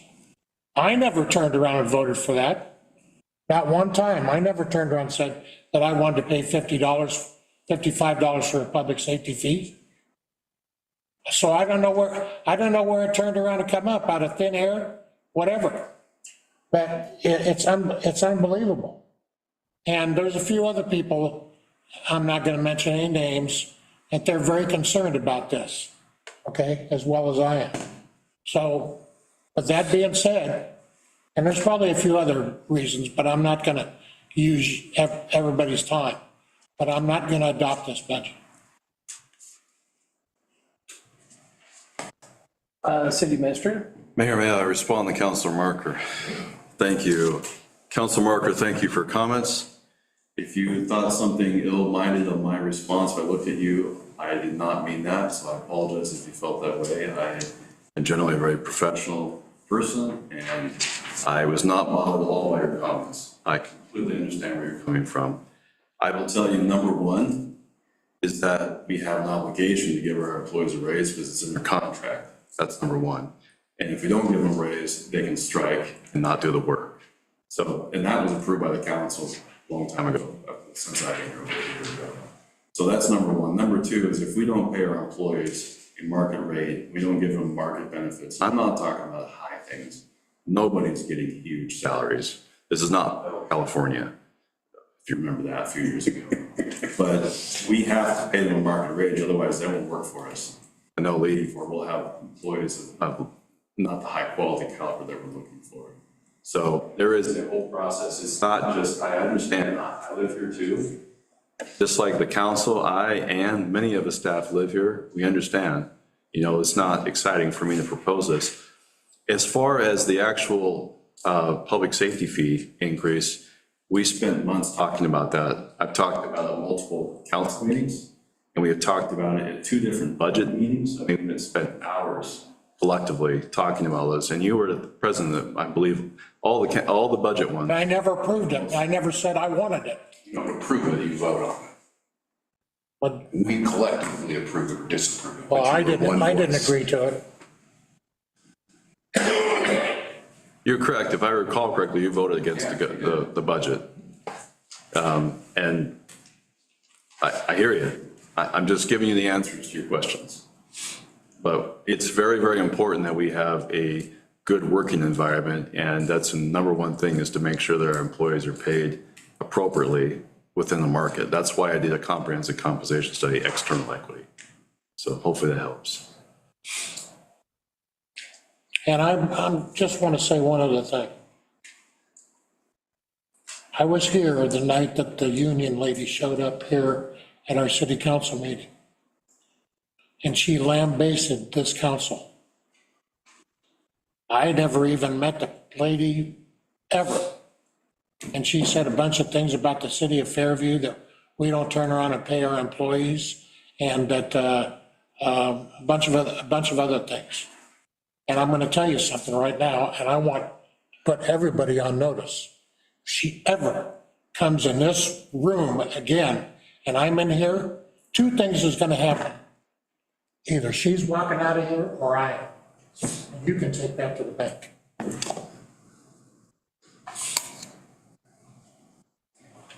She was very unprofessional. She was very rude, and we all had to sit here like we always do, and we had to take it. And I didn't like it. Is there anything else? No, that's it, Mr. Mayor, thank you. Not a problem. Counselor Owen? Just, I guess, a couple closing comments. I mean, this is nothing, there's no new information coming from me tonight. But yeah, I mean, the reality is, and I think that, you know, the vast majority of our friends and neighbors that live in the city of Fairview, I mean, we've done some communication as it relates to the public safety fee. You know, sent out newsletters or points. There's been meetings of which are very poorly attended and viewed. But at the end of the day, you know, when we first, you know, we do have a very big challenge with fire and police services and 911, and it's what really brought about the whole, I think it was originally a $15 public safety fee, $5 parks fee, and it made more sense to do it all as 20, and you figure out how it's gonna be spent. And so that first time we did it, you know, there wasn't a whole lot of pain associated with it. I mean, it's $20, but still 20 more than what folks were experiencing before. And here we're a relatively short time later, and now our 20 has ballooned into 55. And next year, sitting in this position here, that 55, I'm guessing is going to turn into, I'm just guessing, 75, 80, who knows what it's going to be. But it's not going to be, there's not going to be a day where, Nathan, you're going to say, hey, I think we should reduce the 55. I mean, there's just no, there's not going to be an opportunity for that. So, you know, as we do this, and I know Councilor Todd, you know, made a very lot of positive comments. I think for me, it's about the process and what we went through, but we are, you know, to think that this is going to place a significant burden on some folks. There's some that are going to be able to take it. It's just not going to have any to little to no impact on them. But by us doing this, which I fully support, I think this is our only way out at this point. But, you know, everyone's going to get a $35 increase, and they're going to pick up that utility rate increase that we talked about earlier tonight. So, I mean, it really is a big deal. And Nathan, I feel like, you know, you're the right guy to make sure we're spending our money as wisely as we can, you know, as we move forward with these increases. But it really puts everybody in a really bad spot. So this isn't like some big news alert, news that none of us up here don't already know. But it does. It's going to put a lot of folks in the city in a bad spot. So for that, I feel very bad, and I hope that, you know, as the city, from a standpoint, if someone has trouble paying their utility bill, that whether they go to the website or whether they're web friendly or not, that we make a point to where people know where they can call, and maybe we can, as a city, try to point folks to resources that, while they're not necessarily our City of Fairview funded resources, that maybe there's some other resources out there between, you know, county, metro, state, whatever the case may be, because this truly is a big deal. This is very painful to implement these charges. So I just wanted to say that, and don't really have anything else more to add, but this is tough. That's all I have. Council Weber, and then I'll go to city manager. I hear everything you're saying. I second everything you're saying. I do want to remind people, we do have a community resource guide on our website that we created. The Public Safety Committee started working on that several years ago, and it is a pretty comprehensive list, and I believe it gets updated pretty regularly. So there's a lot of resources on there for folks. Did we ever get that in print too, or? If we don't, we will. It was printed, but I believe the ones that we had of that edition, I don't believe a new edition has been printed.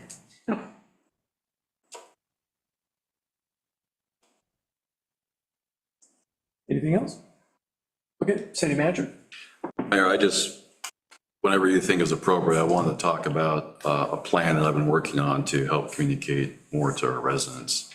Could I put a pin in? Absolutely, I just wanted you to be aware. Let Council finish and then circle back to you, would that be okay? That's perfect. I'm gonna turn your light back on, don't remind me. Councilor Dennehy. I guess we talk to people, we all talk to our neighbors, we talk to our constituents. And one of the things that I point out is, what do you want me to do? Do you want me to break contracts and have people strike? Do you want me to? Our hands are tied. The other option is we don't grow, which I don't have a problem with. We can dust off Tom McCall and talk about that all we want. Part of this is growth driven. You build more apartments, you have to have more water, you have to have more sewer capacity, you have to have, more rainwater capacity. You have to have more police, you have to have more fire. So there's a part of me that says, when Metro comes in and says, well, we think you're gonna have 20,000 more residents in the next decade, I go, really? Maybe I'm fine where we're at. If no one else moves into the city of Fairview, we don't have to build another well. We don't have to build another, fix the sewer truck and all these other things. We can just raise things to help pay for, increases in wages and so there's a part of me that says this is ridiculous and we need to keep growing because this is what drives this. You add another cop, you've now added, insurance, you've added PERS. I'm happy to see PERS wasn't an increase this year. At what point does it stop? Well, it stops when we stop growing. Am I suggesting that? I don't think we can do it if we wanted to, but that's what drives all of this. And I think we're doing a pretty good job of trying to keep it contained. But at some point, something might, it would be interesting to see, and it's not just us, but in the entire Portland metropolitan region. If at some point you have a Detroit happen, where people physically cannot afford to live in that city anymore, and it collapsed. And 30 years later, it's finally starting, that potentially could happen. That's what fixes this. Of course, no one wants to live here. But I don't know, I think you guys did a great job. I don't like it any more than anybody else does. I hope we can contain things. I hope we keep looking at things to make sure that we're doing the best that we can. But at this point, I think we are, so. Councilor Todd. It's just with the way, unfortunately, yes, it would be nice. It would be nice to say, like, we're gonna fix our infrastructure that's been deferred, like the trunk line that's built in the 50s, like those kind of things we have to do. But with the state rules with mental housing and so forth, we no longer have control over growth in our community. Like that's. We do. We can raise our rates to the point where no one wants to live. Well, okay. We can raise our rates to the point where the developers say, I can't afford to build. By me, if you can't afford to build here, I can't, I don't have to build another well or put another pipe in or whatever. But in the absence of property tax reform, or a state sales tax, this is. Not in my lifetime. I know, but I'm saying in the absence of those other funding things, which we don't have control over, then this is what we ran for to make the decision on, ultimately. And this is the budget we have to do to be able to provide for the increases for the union contracts that we have and provide the services that we have committed to providing the residents of Fairview. And that's the job. And it's painful, and we had to do this increase to be able to pay the bills. But that's where we're at, and we're, that's what we're stuck. This is it. This is the best thing we could do, I believe. As for myself, I'm going to echo a lot of the statements. I don't like doing this. I hate doing this. But I would like to clarify, ultimately, what we do with this fee is not staff-driven, it's council-driven. Right. We can reduce it if and when the time comes. We don't have to wait for staff. I know that this has not been a very well-received message from staff, but I'm going to say it anyway. If and when we do get to a district, I am more than willing to look at reducing this fee. Now, Absolutely. not right away, maybe, because it's been stated, we do need to rebuild our reserves. I see that. We should rebuild our reserves. But I think we should put a sunset date on that and start lowering that fee. We need to start giving back if we are successful in forming a district for fire services. I see an avenue where we could do that. Will our reserves grow slower? Yeah. But I do see I do see an avenue, but it's going to take, again, at that point, tough decisions on council's part. Ultimately, that's going to be a council decision. So I don't see it, while it's very frustrating, I think if we put the right dominoes in place and if things fall like we hope they will, maybe we can start easing the pain just a little bit and be counterintuitive to what society is doing right now. Again, I'm not gonna, I don't want to compare us to anybody, but it's hard when I hear natives of a particular location being priced out. Yeah. And it's happening all over the country, and it breaks my heart. But it unfortunately is a case where we, many states and definitely Oregon, has not done an adequate job of financing, it's publicly funding the cities. We just haven't. And we have crossed the Rubicon. We're now spending more than we get in. And it's stupid, it's frustrating. I can tell you that a lot of mayors scream at League of Oregon Cities. There will be a conference coming up, it's gonna be screamed there. We need state officials that are willing to take a look at the problem and not just put a Band-Aid on it and hope it goes away. But that's another argument for another day. Right now, the argument is whether or not we do this. And as painful as it is, as much as I don't want to do this, I know that it is what's needed to keep going forward, especially when you look at the graphic of take every property tax dollar the city creates, that the city collects, add it with this public safety fee, this increased public safety fee, and all you've covered is police, fire, and 911.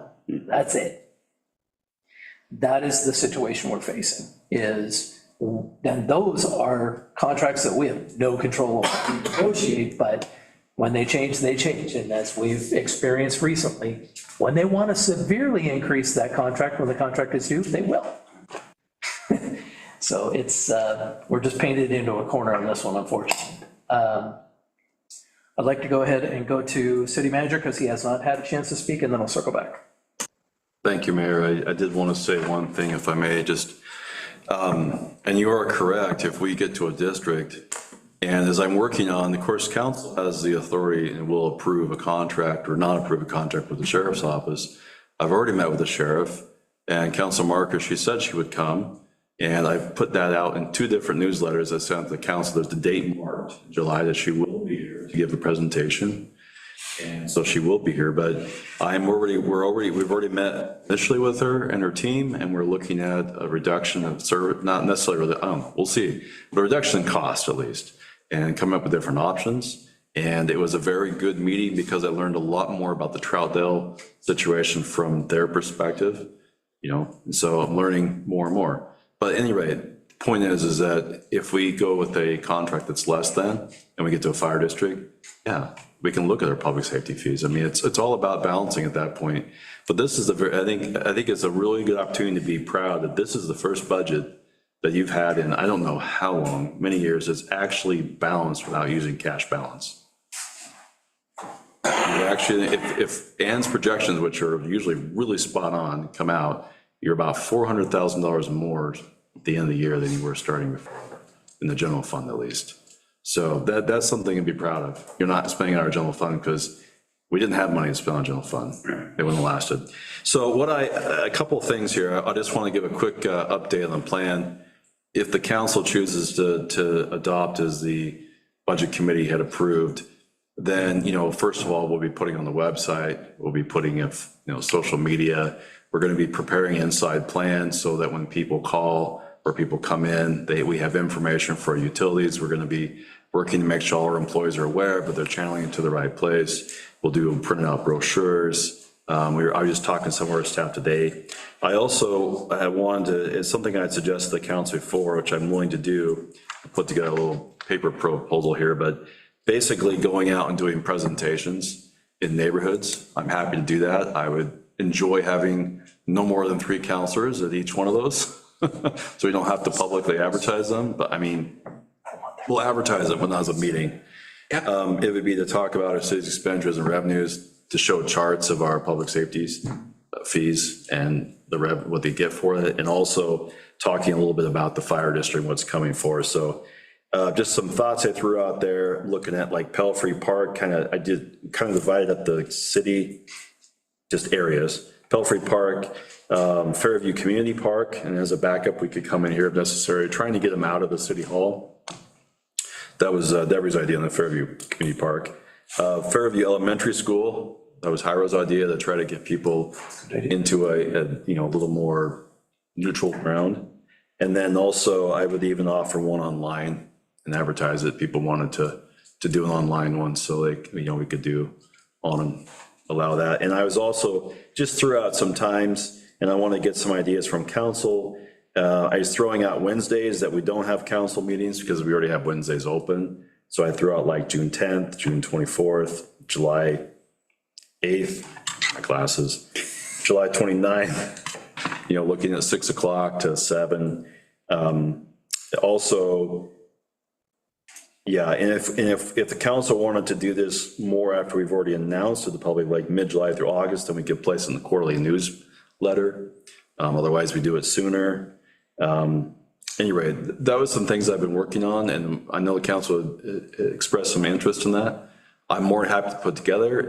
I'm not planning a deep discussion, it's more of a highlight.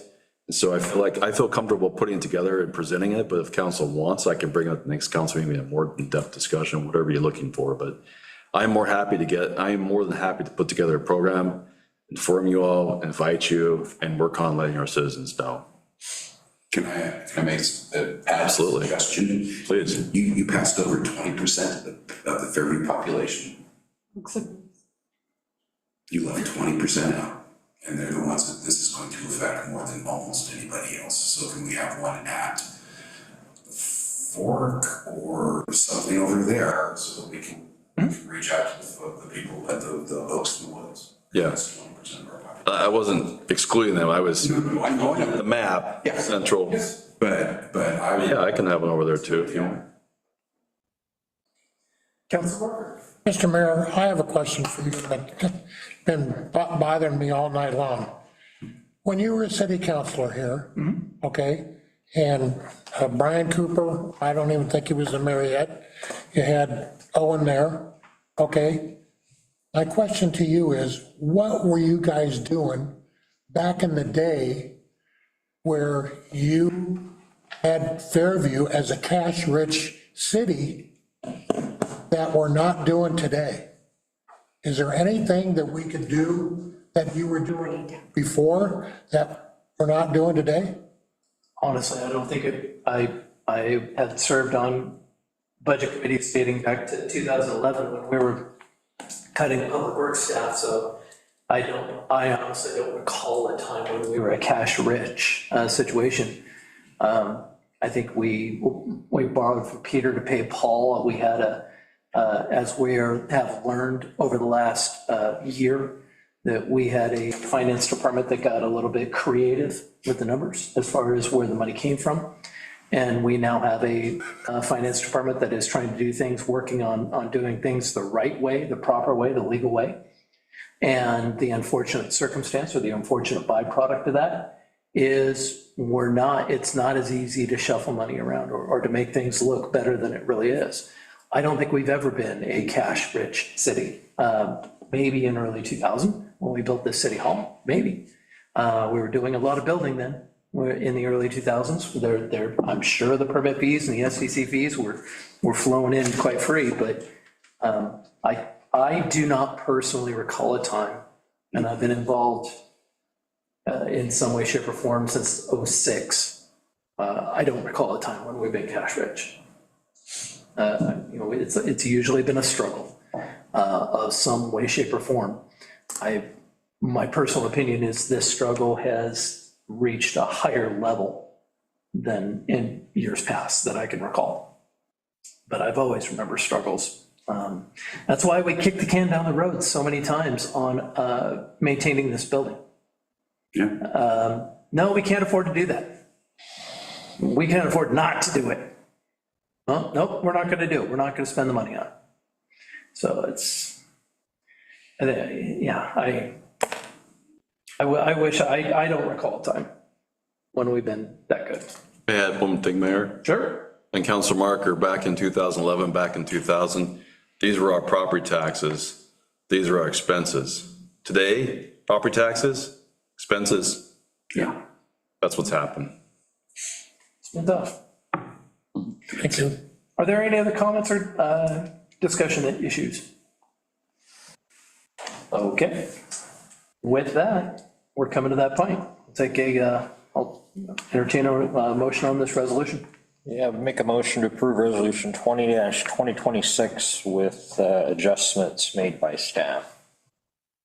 Second. All right, we will, can you call roll call, please? Counselor Todd? Aye. Counselor Copeland? Aye. Counselor Owen? Aye. Counselor Dinnerline? Aye. Counselor Marker? No. Counselor Weber? Yes. Mayor Kuderna? Yes. And for the record, I haven't heard such a sad group of yeses in a long time. Next, item 5A, approved corrective action plan for fiscal year 2022, 2023. Okay, my last one for the night.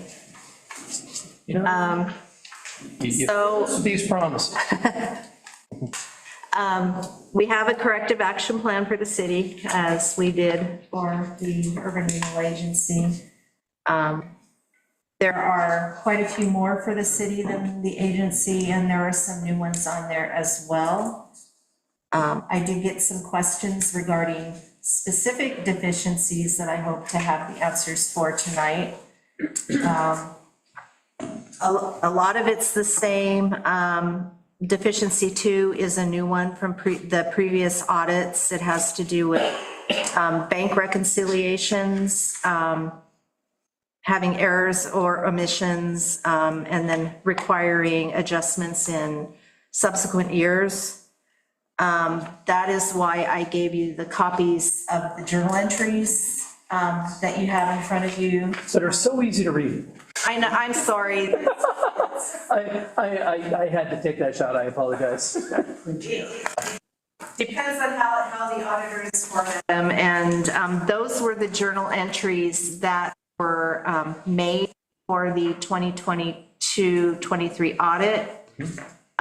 Some of them are just standard, like anything that is GAAP is just moving things around so that we can present the financial statements in a format that's required by the government. I can't remember the acronym now. Anyway, they're called the GAAP adjustments. We have to do that so that we present our financial statements in a manner consistent with other jurisdictions. And they're not done on our books, they're just done on paper. And some of those do relate to adjustments that were made correcting the bank reconciliations that were improperly done. And so we were dinged because we had to make those corrections to the bank reconciliations.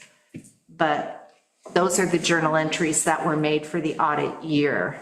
I can't say a total dollar amount that were related to the bank reconciliations. It'd be too hard to try to parse out any of those entries to get a total.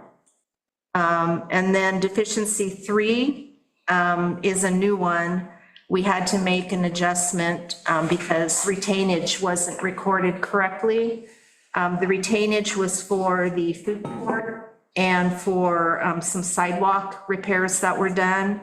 The food court, the amount for that was $182,000 and some change. The sidewalks was just a little over $6,000. So that again, was over their materiality level. So we got dinged for that adjustment. And then deficiency 4 is a new one as well.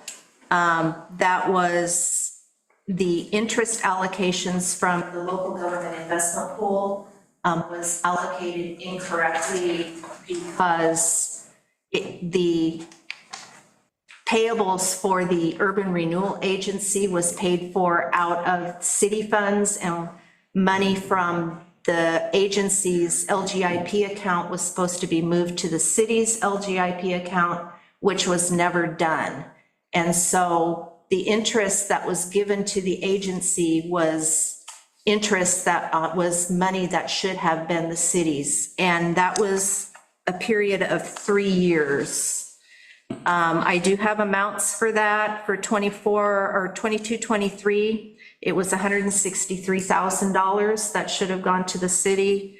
23, 24 was $382,000 that should have gone to the city. And 24, 25 was $373,000 that should have gone to the city.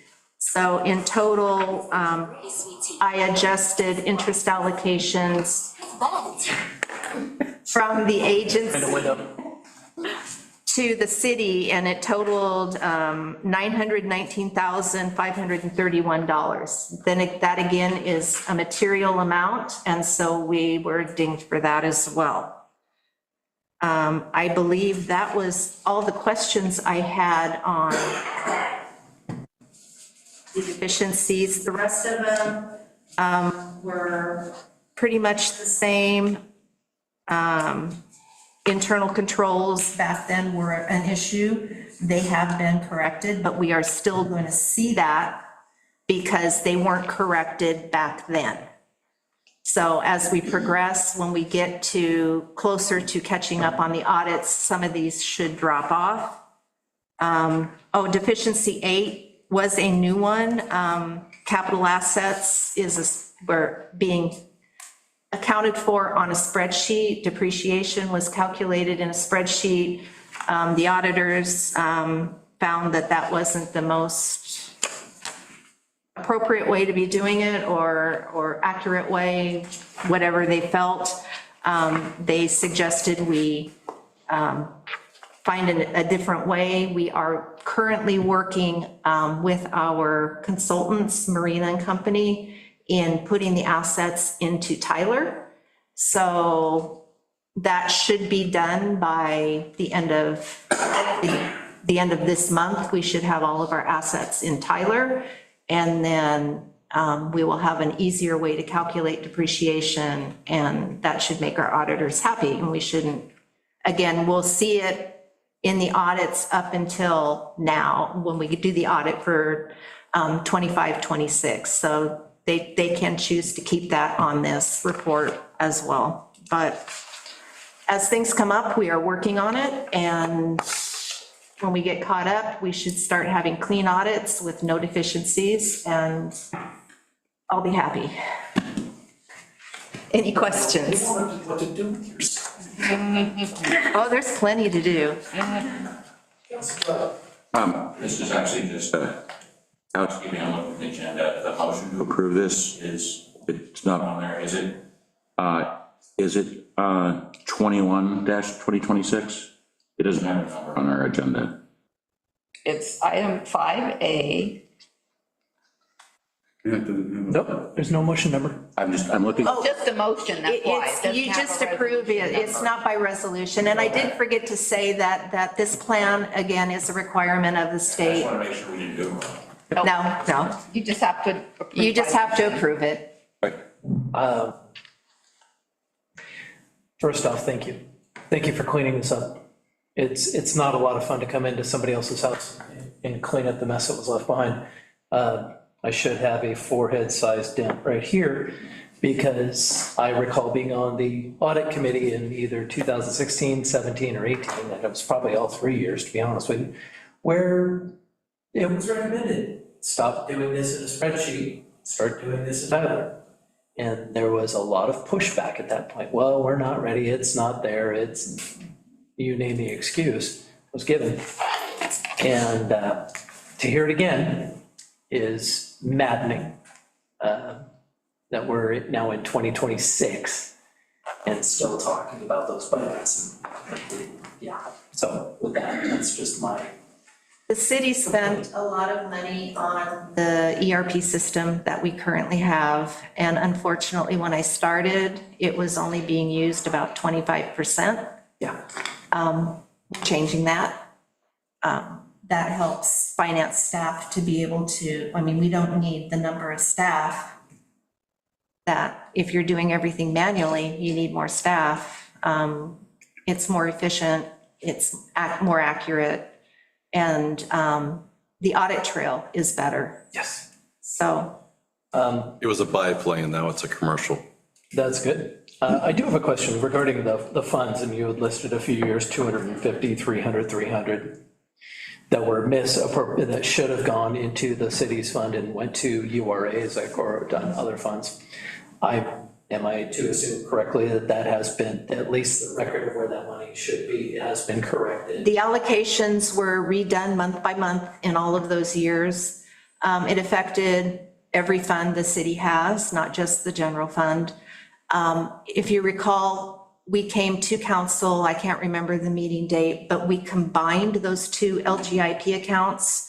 So now the interest allocation cannot be done wrong, because we get one interest amount and it's allocated amongst all of the funds, including the Urban Renewal Agency, based on their cash balance during that month. Okay. So, yes, it's been corrected. That wasn't that hard. No. Any other comments or questions? Do we need to vote on this, or just say we thumbs up, approve? I'm not sure. You need a motion and a second and a vote, yeah. Make a motion to approve the corrective action plan for fiscal year 2022-2023. Second. Where these are in public hearings, so all in favor say aye. Aye. Any opposed? That passes. Thank you. Let's see, 5B, authorize city manager to execute intergovernmental agreement. And he gets a break.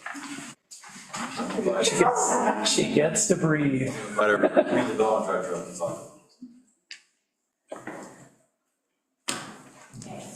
Good evening. Time to switch gears and talk about parks.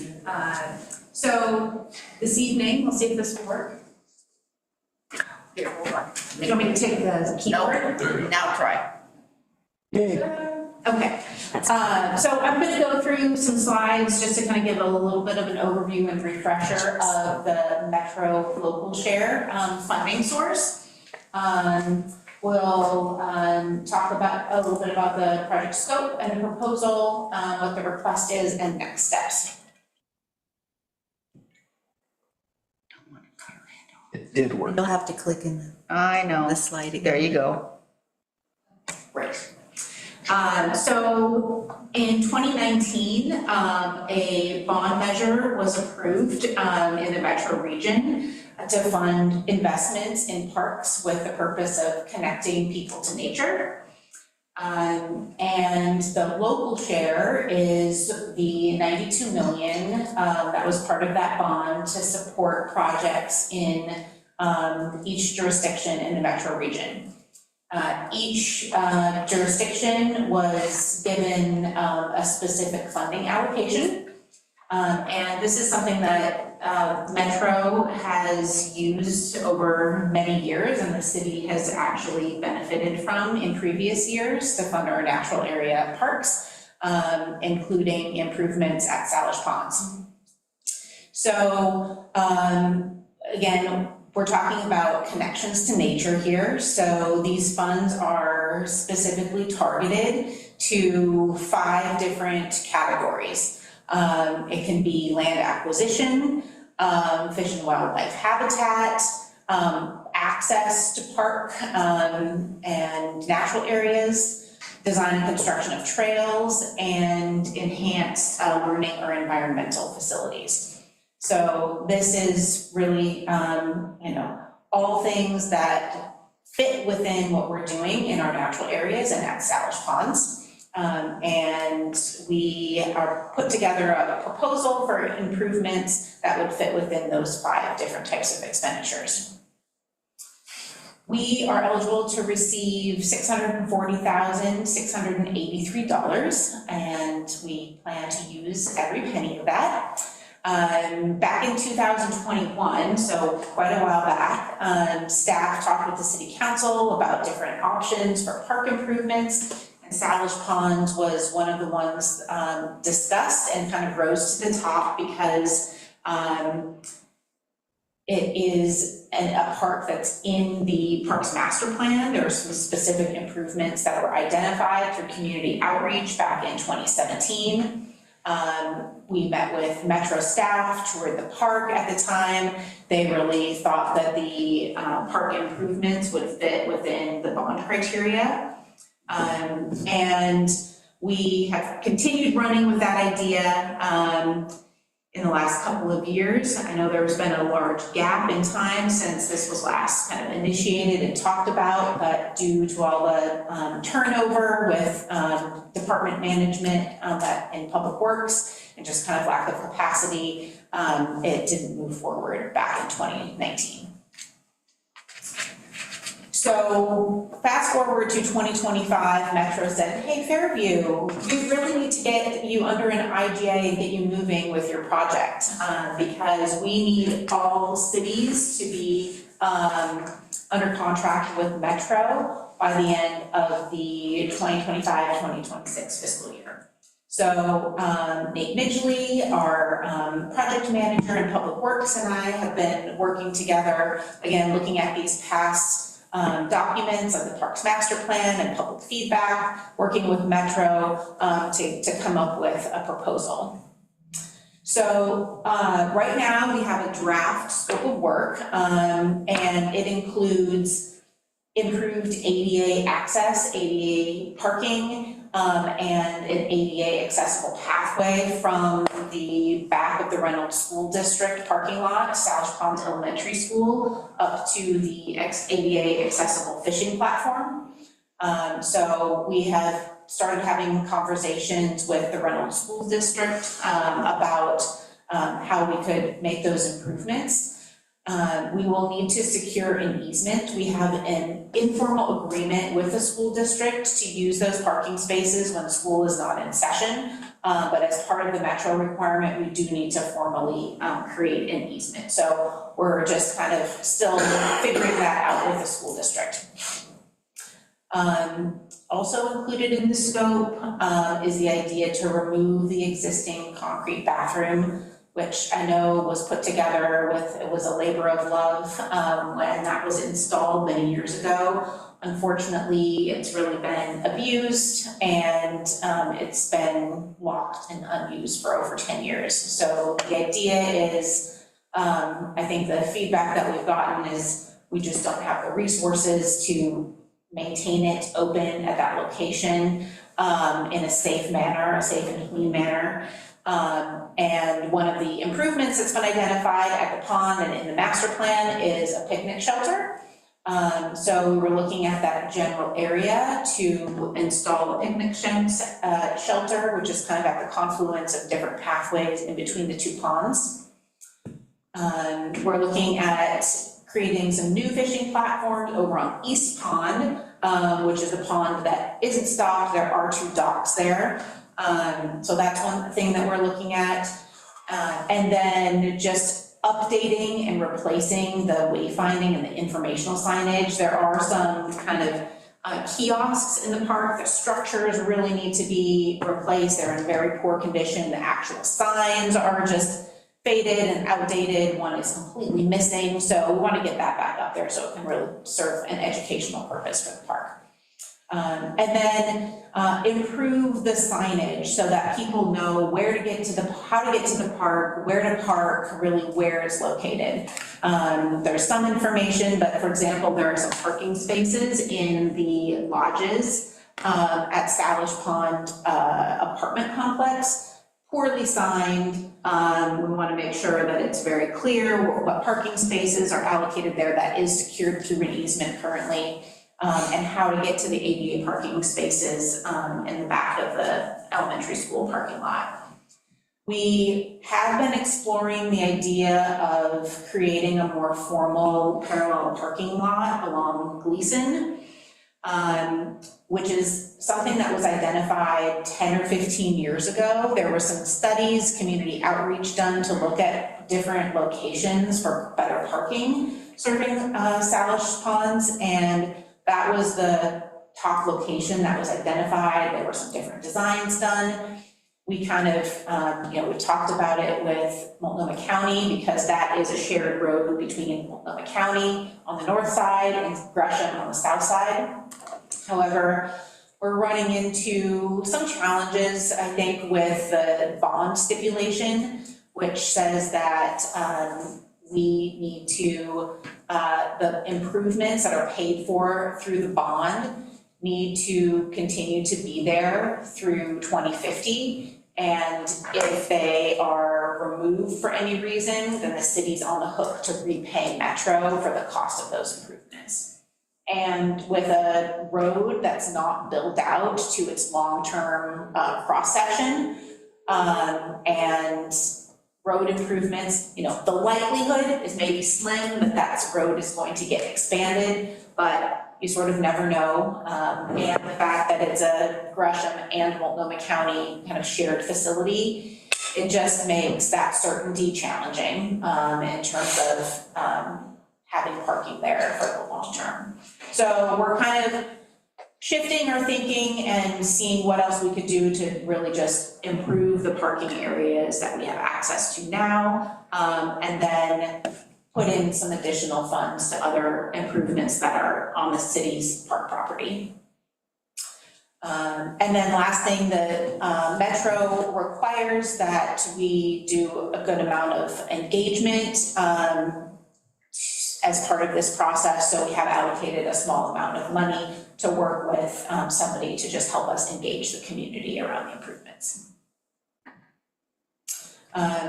So there is a timeline here. We're hoping that once we get the project scope of work and the final IGA completed, we'll complete the improvements within 2 years.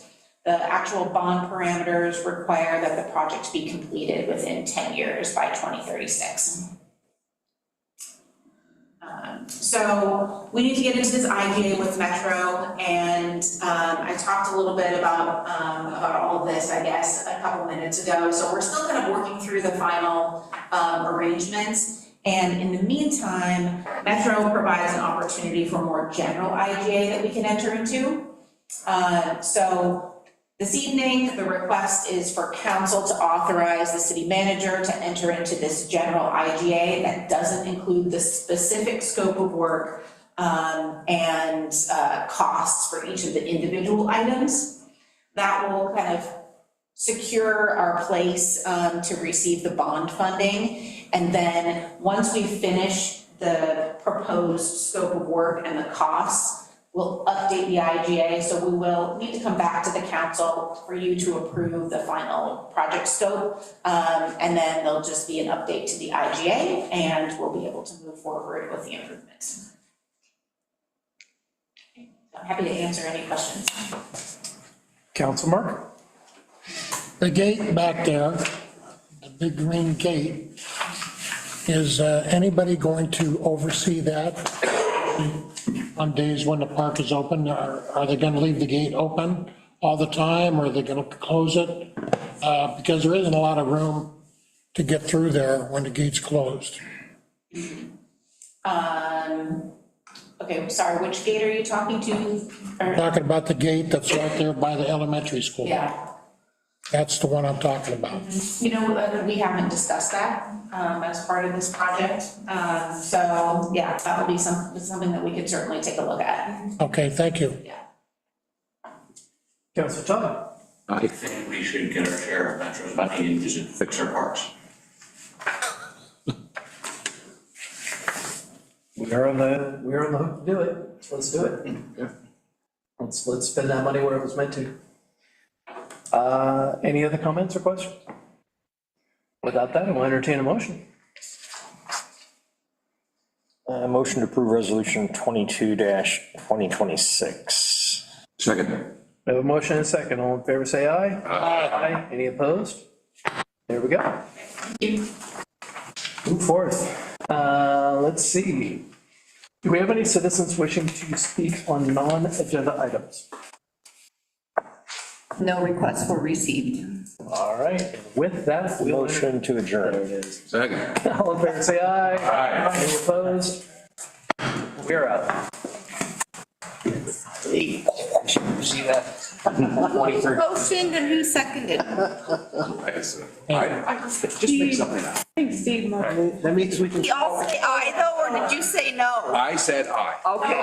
I also seconded. He also seconded it, so if I voted no, I would have given it a shot. I'll do that next. I see that. There have been times in the past where, Well, I bet. or because they No, want I'm down. the vote. Let's make it